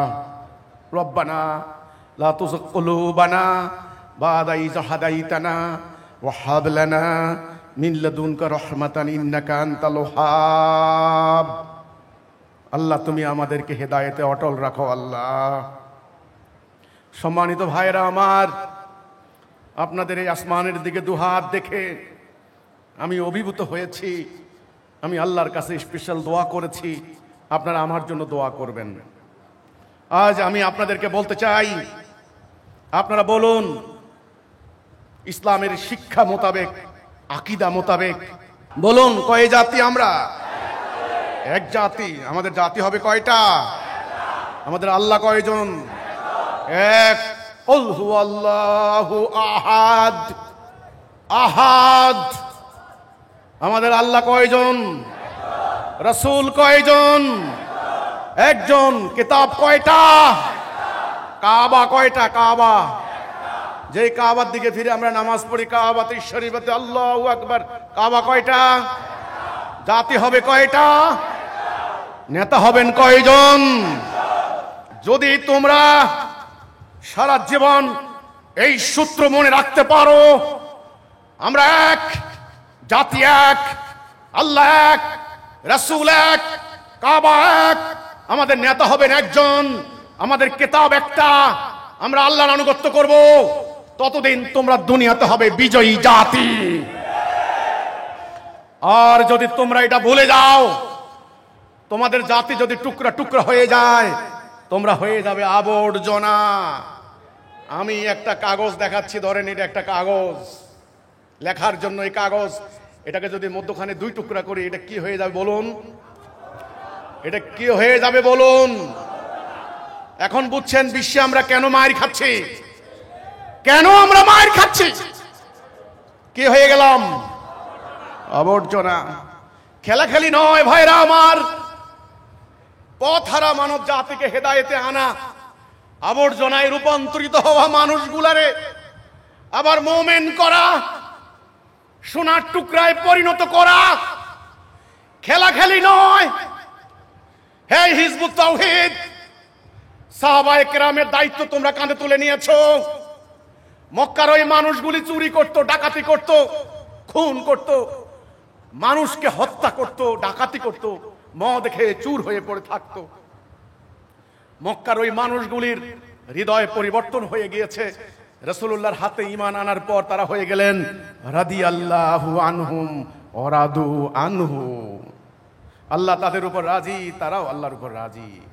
এই সমাজের মানুষগুলাকে দলালা থেকে হেদায়েতে আনা চারটিখানি কথা। দায়িত্ব আপনারা কাঁধে তুলে নিয়েছেন। আপনাদের চরিত্র লাগবে মুমিনের চরিত্র। কাজে আপনারা বলুন, দিন প্রতিষ্ঠা করা ছাড়া আর কোনো উপায় আছে? এখন দুনিয়াতে কি আল্লাহর দিন না মানুষের দিন চলছে? এটাকে বাদ দিয়ে, এটাকে উৎখাত করে দিয়ে আল্লাহর দিন কায়েম করার জন্য আপনারা কি প্রস্তুত? আনাকিমুদ্দিন, সূরা সূরা 13 নম্বর আয়াত। আমার কথা না, আল্লাহ রাসূলকে বলছে, হে রাসূল, আমি ইব্রাহিমকে নির্দেশ দিয়েছি, নূহ আলাইহিস সালামকে নির্দেশ দিয়েছি, ঈসা মুসা আলাইহিস সালাম নির্দেশ দিয়েছি, তোমাকে নির্দেশ দিয়েছি, আনাকিমুদ্দিন, দিন কায়েম করো। ওই গাড়ি চালিয়ে না গেলে গন্তব্যে পৌঁছতে পারবে না। দিন কায়েম না করলে শান্তি আসবে না। রাসূল প্রেরণের অর্থ নিরর্থক হয়ে যাবে, কোরআন পাঠানো নিরর্থক হয়ে যাবে, মানুষ ইবলিসের দাসত্ব করবে। তাহলে আল্লাহর দিন কায়েম করবেন তো নাকি? ওকে, আল্লাহর দিন কায়েম করার জন্য শর্ত হচ্ছে 5টা। কর্মসূচি লাগবে, কর্মসূচি ছাড়া ইচ্ছা মতে কায়েম করতে পারবেন না। 1 নম্বরে ঐক্য। 1 নম্বর কি? এটা আমার কথা না, এটা বিখ্যাত হাদিস এবং কোরআনও আছে। আল্লাহ তাআলা কোরআনে বলছেন, ওয়াতাসিমু বিহাবলিল্লাহি জামিয়াও ওয়ালা তাফাররাকু। ফারাক হইবা না, এই যে টুকরা টুকরা হইবা না, টুকরা টুকরা হইবা না। আমার রশিকে মজবুত করে ধরে রাখো। রশি কয়টা? 2টা রশি। একটা আল্লাহর রশি, আর এগুলা ইবলিসের রশি। ইবলিসও রশি ফেলায়, কিন্তু আল্লাহর রশি আমাদেরকে ধরতে হবে। কার রশি? আল্লাহর রশি মজবুত করে ধরতে হবে। মুমিনরা হবে ঐক্যবদ্ধ। আজকে দেখেন হাজার হাজার পীর, এক এক পীরের এক এক তরিকা। মানুষ কোন দিকে যাবে গো? হ্যাঁ, বাংলাদেশে এই যে আগামীতে নির্বাচন হবে, নির্বাচন করতেছে। আপনি দেখেন আমাদের ইসলামী দলগুলা এক এক দলের এক এক মার্কা না। ওই দেখবেন ওই সোহরাওয়ার্দীতে সম্মেলন করে, হায়রে হায়রে লাখ লাখ মানুষ নিয়ে জমা করে, এক এক দলের এক এক মার্কা। মানুষ কোন দিকে যাবে? তো আমি মুহতারাম ইসলামী দলের নেতাদেরকে বলতে চাই, আপনারা যদি পারেন তাওহীদের উপরে ঐক্যবদ্ধ হন। তাওহীদ, তাওহীদ।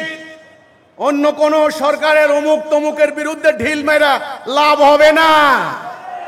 তাওহীদ, রাসূলুল্লাহ যে ঐক্য করেছেন, তাওহীদের উপরে ঐক্যবদ্ধ করেন, আল্লাহর দেওয়া কর্মসূচি অনুসরণ করেন, তবে ইসলাম প্রতিষ্ঠার স্বপ্ন দেখেন।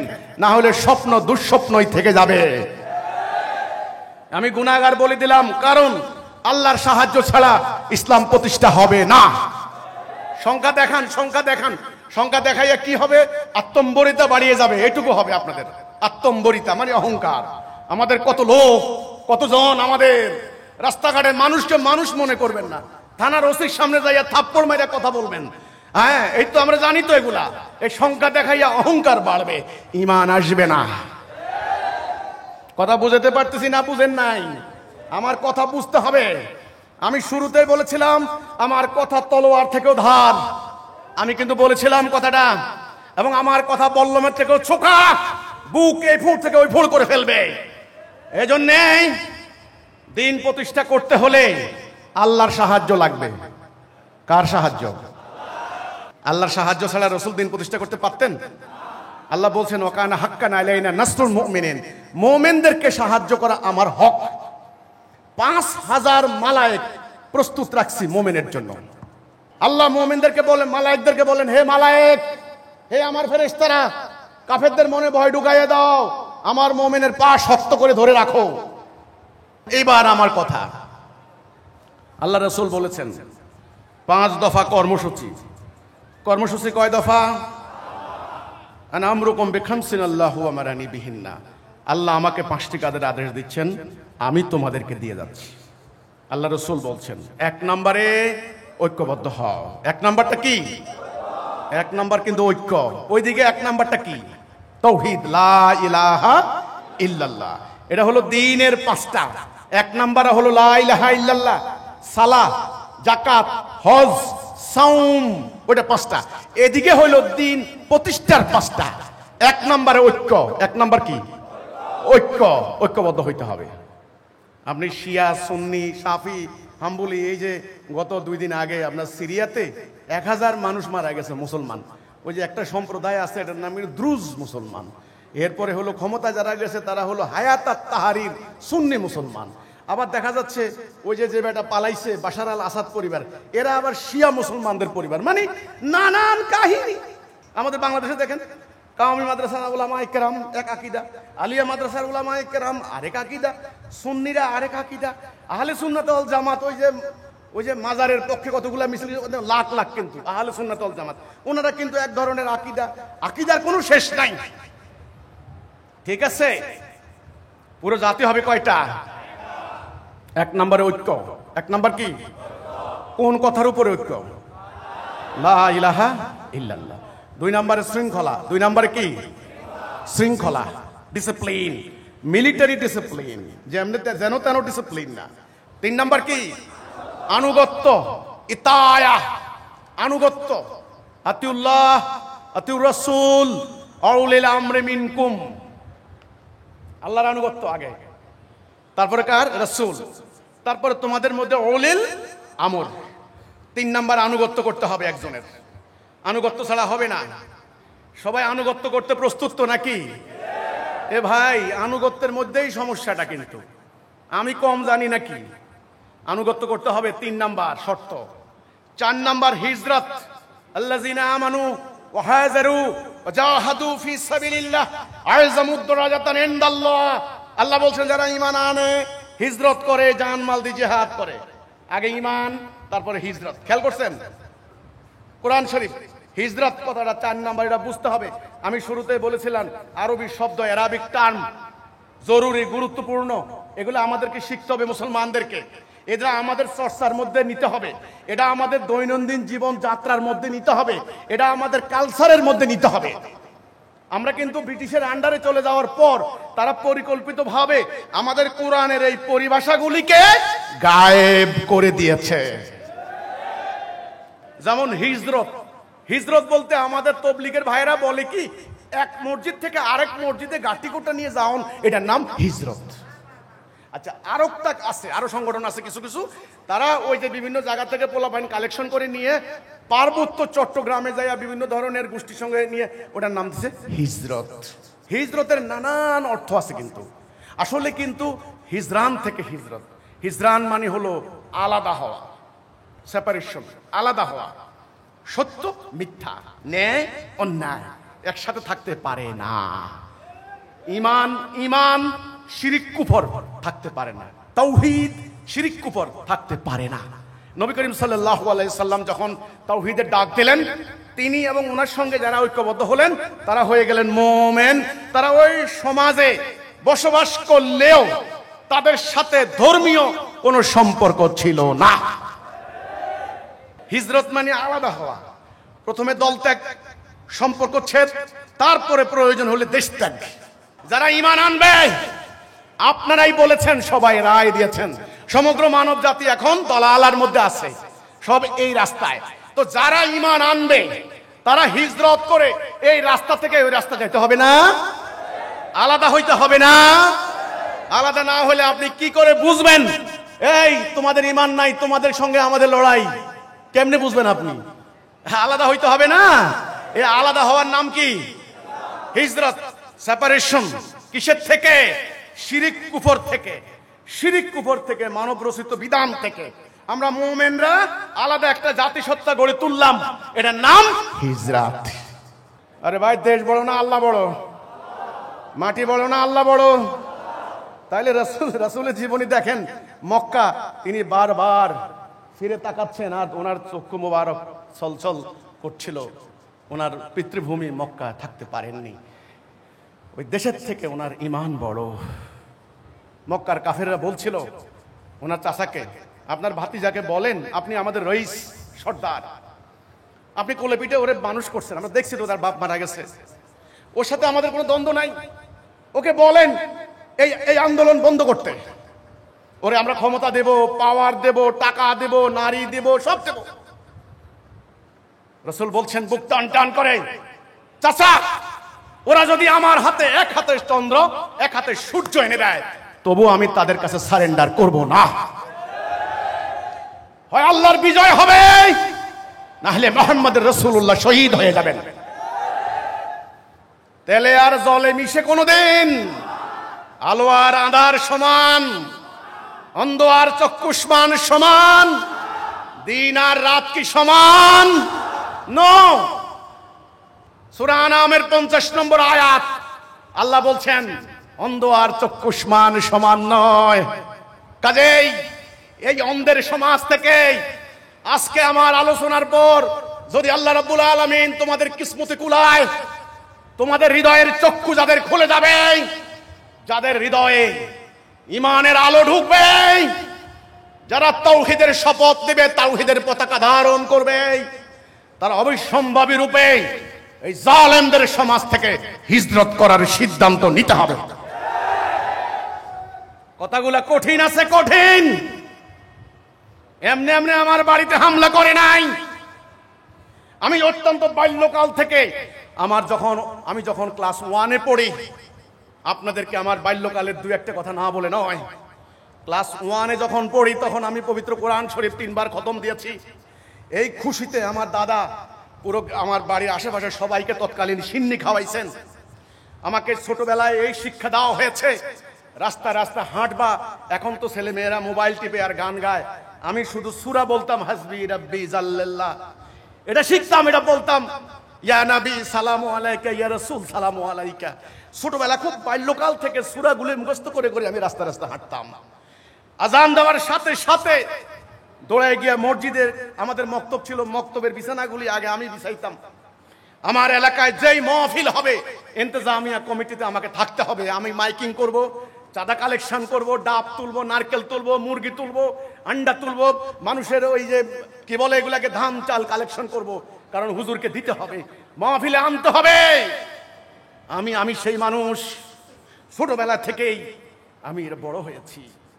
কিন্তু আমি যখন লা ইলাহা ইল্লাল্লাহ বলে আমার সমাজের বিরুদ্ধে বিদ্রোহ ঘোষণা করলাম, এই সমাজে আমার লোকেরা যারা আমার বাড়িতে গোশত দিয়ে পেট ভরে খেয়ে গেলেন, আমার বাড়িতে আগুন দিলেন, আমার ভাইদেরকে জবাই করে দিলেন, আমার বাবা মাকে আর চিনে না তাদেরকে নিয়ে জেলখানায় নিক্ষেপ করলেন, সাথে সাথে মিলে গেল ১৫০০ বছর আগে রাহমাতুল লিল আলামিনের কি দশা হয়েছে, সাহাবীদের কি দশা হয়েছে, আজ আমার কপালে সেই দশা হয়েছে। আমি বারবার আসমানের দিকে তাকাতাম, আল্লাহকে বলতাম আল্লাহ তোমার আসমান এত বড়, আল্লাহ তোমার কোটি কোটি তারকা, তোমার আকাশ এত সুন্দর, তোমার বাতাস এত মৃদুমন্দ, আল্লাহ তোমার ক্ষেতগুলি এখন তো ফসল দিয়ে যাচ্ছে। আমি এই মানুষগুলিকে বলেছিলাম তোমরা ঈমান আনো, গণতন্ত্রের নামে ভণ্ডামি বাদ দাও, তোমরা আল্লাহর আনুগত্য করো। এই মানুষগুলি আমার বাড়িতে আগুন দিয়েছে, এই মানুষগুলি তলোয়ার নিয়ে আমাকে জবাই করার জন্য হন্য হয়ে ঘুরেছে। আল্লাহ তুমি কোথায়? নাস্তিকরা বলে তুমি নাকি নাই, কিন্তু আমার হৃদয়ে সাক্ষ্য দেয় তুমি আছো আল্লাহ। তুমি না থাকলেই সূর্য উঠতো না, অস্তমিত যেত না। আল্লাহ তুমি আমাকে সাহায্য করো আল্লাহ। বিশ্বাস করেন সেদিন আল্লাহ ছাড়া আমার আর কেউ নাই। চতুর্দিক থেকে তারা মিছিল করে করে আমার বাড়ির দিকে ধেয়ে আসছে, আমি বুঝতে পারি নাই আল্লাহ আমাকে কিভাবে রক্ষা করেছেন, কিভাবে রহমতের চাদর দিয়ে আমাকে ঢেকে রেখেছেন। তারা আমার সামনে মিছিল করে চলে গেল, তারা কি আমাকে দেখে নাই? তারা আমাকে দেখে নাই। আমার সামনে আমার দুই গালে জুতা মারো তালে তালে, আমার পিঠের চামড়া তুলে নেব আমরা, এই মিছিল করছে। আমি সামনে দাঁড়িয়ে আছি, আমার মা থেকে আমি শহীদ হওয়ার জন্য চূড়ান্ত বিদায় নিয়ে এসেছি। বলেছি, মা হাসরের দিন দেখা হবে জান্নাতের সিঁড়িতে, আমাকে দোয়া করিও মা। মাকে সালাম করে এসেছি, আমি যদি শহীদ হয়ে যাই, যদি আমার লাশ পাওয়া যায়, তবে আল্লাহর জন্য আল্লাহর উপর ভরসা করে কবর দিও। কিন্তু আমি যেন পরাজিত না হই, আমার আঘাত যেন কোনোদিন পিঠে না লাগে, আমার আঘাত যেন বুকে লাগে, আমি কোনোদিন যেন পালিয়ে না যাই। ইমামুজ্জামান শিক্ষা দিয়েছেন, মোমেনরা কখনো পালায় না, মোমেনরা কখনো পিঠ দেখায় না। তিনি শিক্ষা দিয়েছেন। বিশ্বাস করেন, 2000 সালের ঘটনা আমার সামনে দিয়ে মিছিল দিয়ে যায়, আমাকে তারা দেখে নাই মনে হয়, অথবা কি কারণ আমি জানি না, তবে আমি আল্লাহকে দেখেছি। আল্লাহ আমাকে রহমতের চাদর দিয়ে বাঁচিয়ে রেখেছেন আজকের এখানে দাঁড়িয়ে এই কথা বলার জন্য। কাজেই আমি মনে করি তোমরা লক্ষ কোটি লোক আমাকে বাঁচাইতে পারবে না। আমাকে যতই তোমরা অভয় দান করো না কেন, যতই তোমরা আমাকে সাহস যোগাও না কেন, আমার আল্লাহ যদি আমাকে সেফ না করেন, আমার আল্লাহ রাসূলকে সেই গুহায় রক্ষা করেছেন যেই গুহায় কাফেররা ওনাকে ঘেরাও দিয়েছিল। আমার আল্লাহ রাব্বুল আলামিন আমাদের পিতা ইব্রাহিম আলাইহিস সালামকে রক্ষা করেছিলেন, যাকে তারা অগ্নিকুণ্ডে নিক্ষেপ করেছিল। ইয়া নার কুনি বারদাম ওয়া সালামুন আলা ইব্রাহিম। যে কোনো পরিবেশ আমার জন্য শান্তিদায়ক হয়ে যাবে যদি আমার আল্লাহ আমাকে সাহায্য করেন। এ গাজীপুর কারাগারে আমি 21 দিন ছিলাম। জনতা থানায় আক্রমণ করেছে, আপনারা জনতাকে দোষ দেন, ঠিক আছে, আমিও বলবো যে কোনো বিশৃঙ্খলাকে আমি সমর্থন করব না, ওকে। কিন্তু এই গাজীপুরের এসপি 2001 সালে আমি গাজীপুরে সমাবেশ করতে এসেছিলাম। ইয়াসমিন গফুর, ওই ভদ্র মহিলা কোথায়, ভদ্র না, ওই মহিলা এখন কোথায় আছে আমি জানি না, আমাকে অন্যায়ভাবে কারাগারে নিক্ষেপ করেছে, আমাদের ভাইদেরকে অবর্ণনীয় কষ্ট দিয়েছে। আমরা কোনো অন্যায় করি নাই, মিথ্যা কথা বলে চালান দিয়েছে। আমি এসপির সঙ্গে দেখা করতে গিয়েছিলাম 2001 সালে, তখন ইমামুজ্জামান ছিলেন। থানায় যখন হ্যান্ডকাপ পরায়, আমাদের সঙ্গে মরম সাইদ ভাই ছিলেন। সাইদ ভাই কান্না করে দিলেন।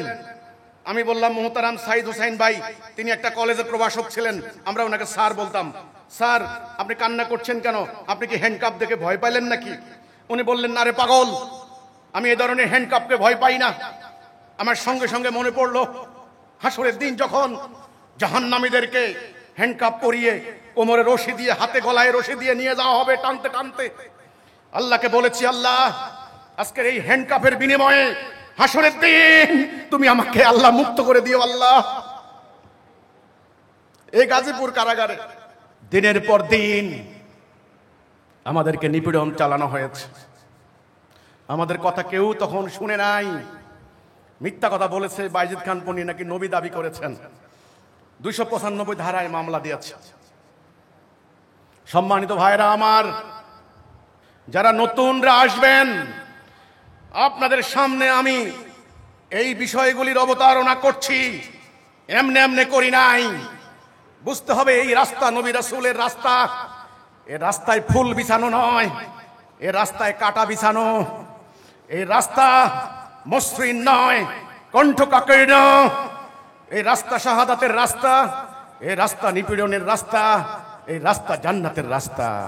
আর আমাদের উলামায়ে কেরাম এই রাস্তা বাদ দিয়ে ওনারা আপোষের রাস্তা মেনে নিয়েছেন। ওনাদের ব্যাপারে আর কোনো আপত্তি, কোনো ওজর আমার নাই, আর নাই। ওনারা কি করে উম্মাকে ঐক্যবদ্ধ না করে জালেমদের আন্ডারে বসবাস করে ওনারা ওয়াজ করে ভাত খাচ্ছেন, ইমামতি করে ভাত খাচ্ছেন। কাদের ইমামতি করছেন? এরা কি মুসল্লি? এরা কি মুসলমান? কাদের ইমামতি করছেন? এটাই ছিল আমার কথা। সত্য বলেন, তোমাদের ঈমান নাই? আগে তোমরা ঈমান আনো, তবে তোমাদের নামাজ পড়াবো। তোমরা মারা গেলে তোমাদের মুর্দা দাফন করব, তোমরা বিয়ে করলে বিয়ে শাদী পড়াই দেব। তোমাদের মাহফিলে আমি যে বক্তব্য দেব, আমি মাহফিলে কথা বলবো, তোমরা আগে ঈমান আনো। এরা হুজুরের পিছনে নামাজ পড়ে, এবার যাইয়া গণতন্ত্রের জন্য মিছিল করে। এদের ইমামতি করেন ওনারা। আমার ওনাদের প্রতি আর কোনো আপত্তি নাই, ওনাদের সাথে আর কোনো শত্রুতা নাই আমার। এখন আমরা বাঁচতে চাই। আমি এতক্ষণ এত কথা বললাম হিজরতের পয়েন্টে। কোন পয়েন্টে? হিজরত। হিজরত মানে কি? এখন বুঝছেন তো সমাজ থেকে আলাদা হলে কি পরিণতি। আমি কোন পীর ফকির না, হুজুরে কইছে জাহাজ ভরে নিয়ে যাইব, আমি সেটা না। আমার আনুগত্য করবেন বুঝে শুই না। রাসূলুল্লাহ যখন মদিনায় গেলেন তখন এক বৃদ্ধ লোক ওই আউস খাজরাজের ওই গণ্যমান্য ওদেরকে ডাইকা বলছেন, এই মিয়ারা এদিকে আসো, বসো। তোমরা যে এই লোকটারে মক্কা থেকে মদিনা আনছো, তোমরা কি জানো ওর সাথে যাওয়ার পরিণতি কি? অল্প দিনের ভিতরেই সমগ্র দুনিয়া তোমার শত্রুতা করবে। আছে কিনা হাদিস পড়ে দেখেন। এই জন্য আমার সাথে যারা আসবেন বুঝে শুনে আইসেন। আমি কে, আমি কি বলি, কি আমার চাওয়া, কি আমার কর্মসূচি, কি আমার আকীদা, কি আমার লক্ষ্য, আপনাকে আমি কোথায় নিয়ে যাইবার চাই, ভালো করে আদ্যপান্ত না বুঝে আমার সাথে আইসেন না। হিজরত কয় নাম্বার? 4 নাম্বার। 5 নম্বরে জানমাল দি জিহাদ। এই চারটে যারা পারবেন, ঐক্য, শৃঙ্খলা, আনুগত্য, হিজরত, জানমাল দিয়ে জিহাদ, এই 5 দফা কর্মসূচি। এই কর্মসূচিতে যারা ঐক্যবদ্ধ হবেন তারা একটা লড়াই, সংগ্রাম, বিপ্লব, রেভলিউশন এর মধ্য দিয়ে আল্লাহর দ্বীন প্রতিষ্ঠা করতে হবে ইনশাআল্লাহ। বিপ্লবের কথা শুনলে ভয় লাগে নাকি? বিশ্বের শ্রেষ্ঠতম বিপ্লবী মহানবী হযরত মুহাম্মদ সাল্লাল্লাহু আলাইহি সাল্লাম, বিপ্লবের মূল মন্ত্র কি ছিল? লা ইলাহা ইল্লাল্লাহ, লা ইলাহা ইল্লাল্লাহ। আর কোনো কথা নাই। লা ইলাহা ইল্লাল্লাহ দিয়ে ভিক্ষা করে নাকি মিয়া? লা ইলাহা ইল্লাল্লাহ দিয়ে রণাঙ্গনে বিজয় লাভ করেছে। লা ইলাহা ইল্লাল্লাহ দিয়ে দুনিয়া শাসন করেছে। উম্মত মুহাম্মদ ছিল খলিফা, খলিফাতুল মুসলিমিন, আমিরুল মুমিনিন, শাসক, গভর্নর। আর তোমরা লা ইলাহা ইল্লাল্লাহ দিয়ে ভিক্ষা করো। কাজেই এই কোরআন যাদের আছে, লা ইলাহা ইল্লাল্লাহ বিপ্লবের মন্ত্র যাদের আছে, আল্লাহর উপরে ভরসা, আস্থা, বিশ্বাস যাদের আছে, তারা কি মাইর খাইতে পারে? তারা কি উদ্বাস্তু হইতে পারে? তারা কি পালাতে পারে? তাহলে ইরানে হামলা হওয়ার পর লক্ষ লক্ষ কোটি কোটি মানুষ তেহরান থেকে পালিয়ে গেল কেন? মুসলমান কি পালায়? পালাবে না। এই যে ধর্মীয় দলগুলি মিছিল করতে যায় বাইতুল মুকাররম, পুলিশে বাঁশি দেওয়ার সাথে সাথে বেটন চার্জ একটা লাঠি মারলেই লক্ষ হাজার হাজার জোড়া স্যান্ডেল, পারলে পায়জামা খুইলা পালাইতো, ন্যাংটা হইয়া পালাইতো। এগুলা কি ইসলামের শিক্ষা? পালাইলে আল্লাহর গজব না? কাজে বুঝে শুনে আইসো। এবার আসেন, আপনারা নতুনরা আছেন যারা, আপনারা কি তাওহীদের, হিজবুত তাওহীদের সাথে ঐক্যবদ্ধ হতে চান? এই কথার উপরে লা ইলাহা ইল্লাল্লাহ মুহাম্মাদুর, আমরা আল্লাহর হুকুম বিধান ছাড়া কারো হুকুম বিধান মানি না। 1 2 আল্লাহর দেওয়া দ্বীন, দ্বীনুল হক, আল্লাহর জমিনে প্রতিষ্ঠা না করলে শান্তি আসবে না। এটা প্রতিষ্ঠা করতে হবে। বর্তমানে এটা প্রতিষ্ঠা নাই। প্রতিষ্ঠা করার জন্য হিজবুত তাওহীদ যে উদ্যোগ নিয়েছে, আমরা হিজবুত তাওহীদের সাথে একমত। 3 যেই কর্মসূচির মোতাবেক হিজবুত তাওহীদ সংগ্রাম করছে, সেই কর্মসূচির সাথে আমি একমত। এই কথার উপরে ঐক্যবদ্ধ হয়ে হিজবুত তাওহীদের হাতে বায়াত নিয়ে এই পৃথিবীতে আল্লাহর দ্বীন প্রতিষ্ঠা করার অঙ্গীকার, শপথ কারা কারা করতে চান বলেন? আগামী দিনের রাষ্ট্র আমরা বলেছি সংস্কার দিয়ে হবে না, প্রচলিত সিস্টেমে নির্বাচনে হবে না। আল্লাহর কোরআনকে ভিত্তি নিয়ে একটা রাষ্ট্র ব্যবস্থার রূপরেখা দাঁড় করিয়েছি। আমি সেমিনার করে দেশের গণ্যমান্য সাংবাদিক, সাহিত্যিক, বুদ্ধিজীবী, বিশ্ববিদ্যালয় শিক্ষক, প্রফেসর, আইনজীবী, আমি সবার সামনে রূপরেখা তুলে ধরেছি। আমি প্রেস ক্লাবে এবং পার্লামেন্টে ওখানে গিয়েও যারা কমিশনে আছেন তাদেরকে আমরা দিয়েছি। এ হচ্ছে আগামী দিনের রাষ্ট্র ব্যবস্থার রূপরেখা। এটা কিন্তু প্রতিষ্ঠা না করলে কথা কেউ নেবে না, কেউ শুনবে না, আপনার কথা কেউ শুনবে না। সুদ কি মজা! আরে বাপ রে বাপ! সুদের টাকা খাইয়া এক বিল্ডিং এর জায়গায় 50 বিল্ডিং বানাইছে, বিদেশে 400 খান বাড়ি বানাইছে, কইলেই আপনার সুদি কারবার বন্ধ করে দিব? এত সোজা না। আর এই রাজনীতি করতে করতে মজা পাইয়া গেছে না। চেয়ারম্যান হয়, মেম্বার হয়, এমপি হয়, কমিশনার হয়, কিছু না হয়, বাস স্ট্যান্ডের টেন্ডারবাজি তো অন্তত পাওয়া যাবে। কাজে রাজনীতি খুব মজা, এ রাজনীতি বাদ দিবে না এরা। একদল মুমিন লোহার মতো ঐক্যবদ্ধ হয়ে আল্লাহর উপর ঈমান এনে এই কোরআনকে বুকে ধারণ করে কর্মসূচি অনুযায়ী জিহাদ না করলে সিস্টেম পরিবর্তন হবে না। এই সিস্টেম মুখের কথায় পরিবর্তন হয়ে যাবে? বলেন তো দেখি। হবে না। রাসূলুল্লাহর মুখের কথায় হয়ে গেছে? হয় নাই, জীবন দিতে হয়েছে।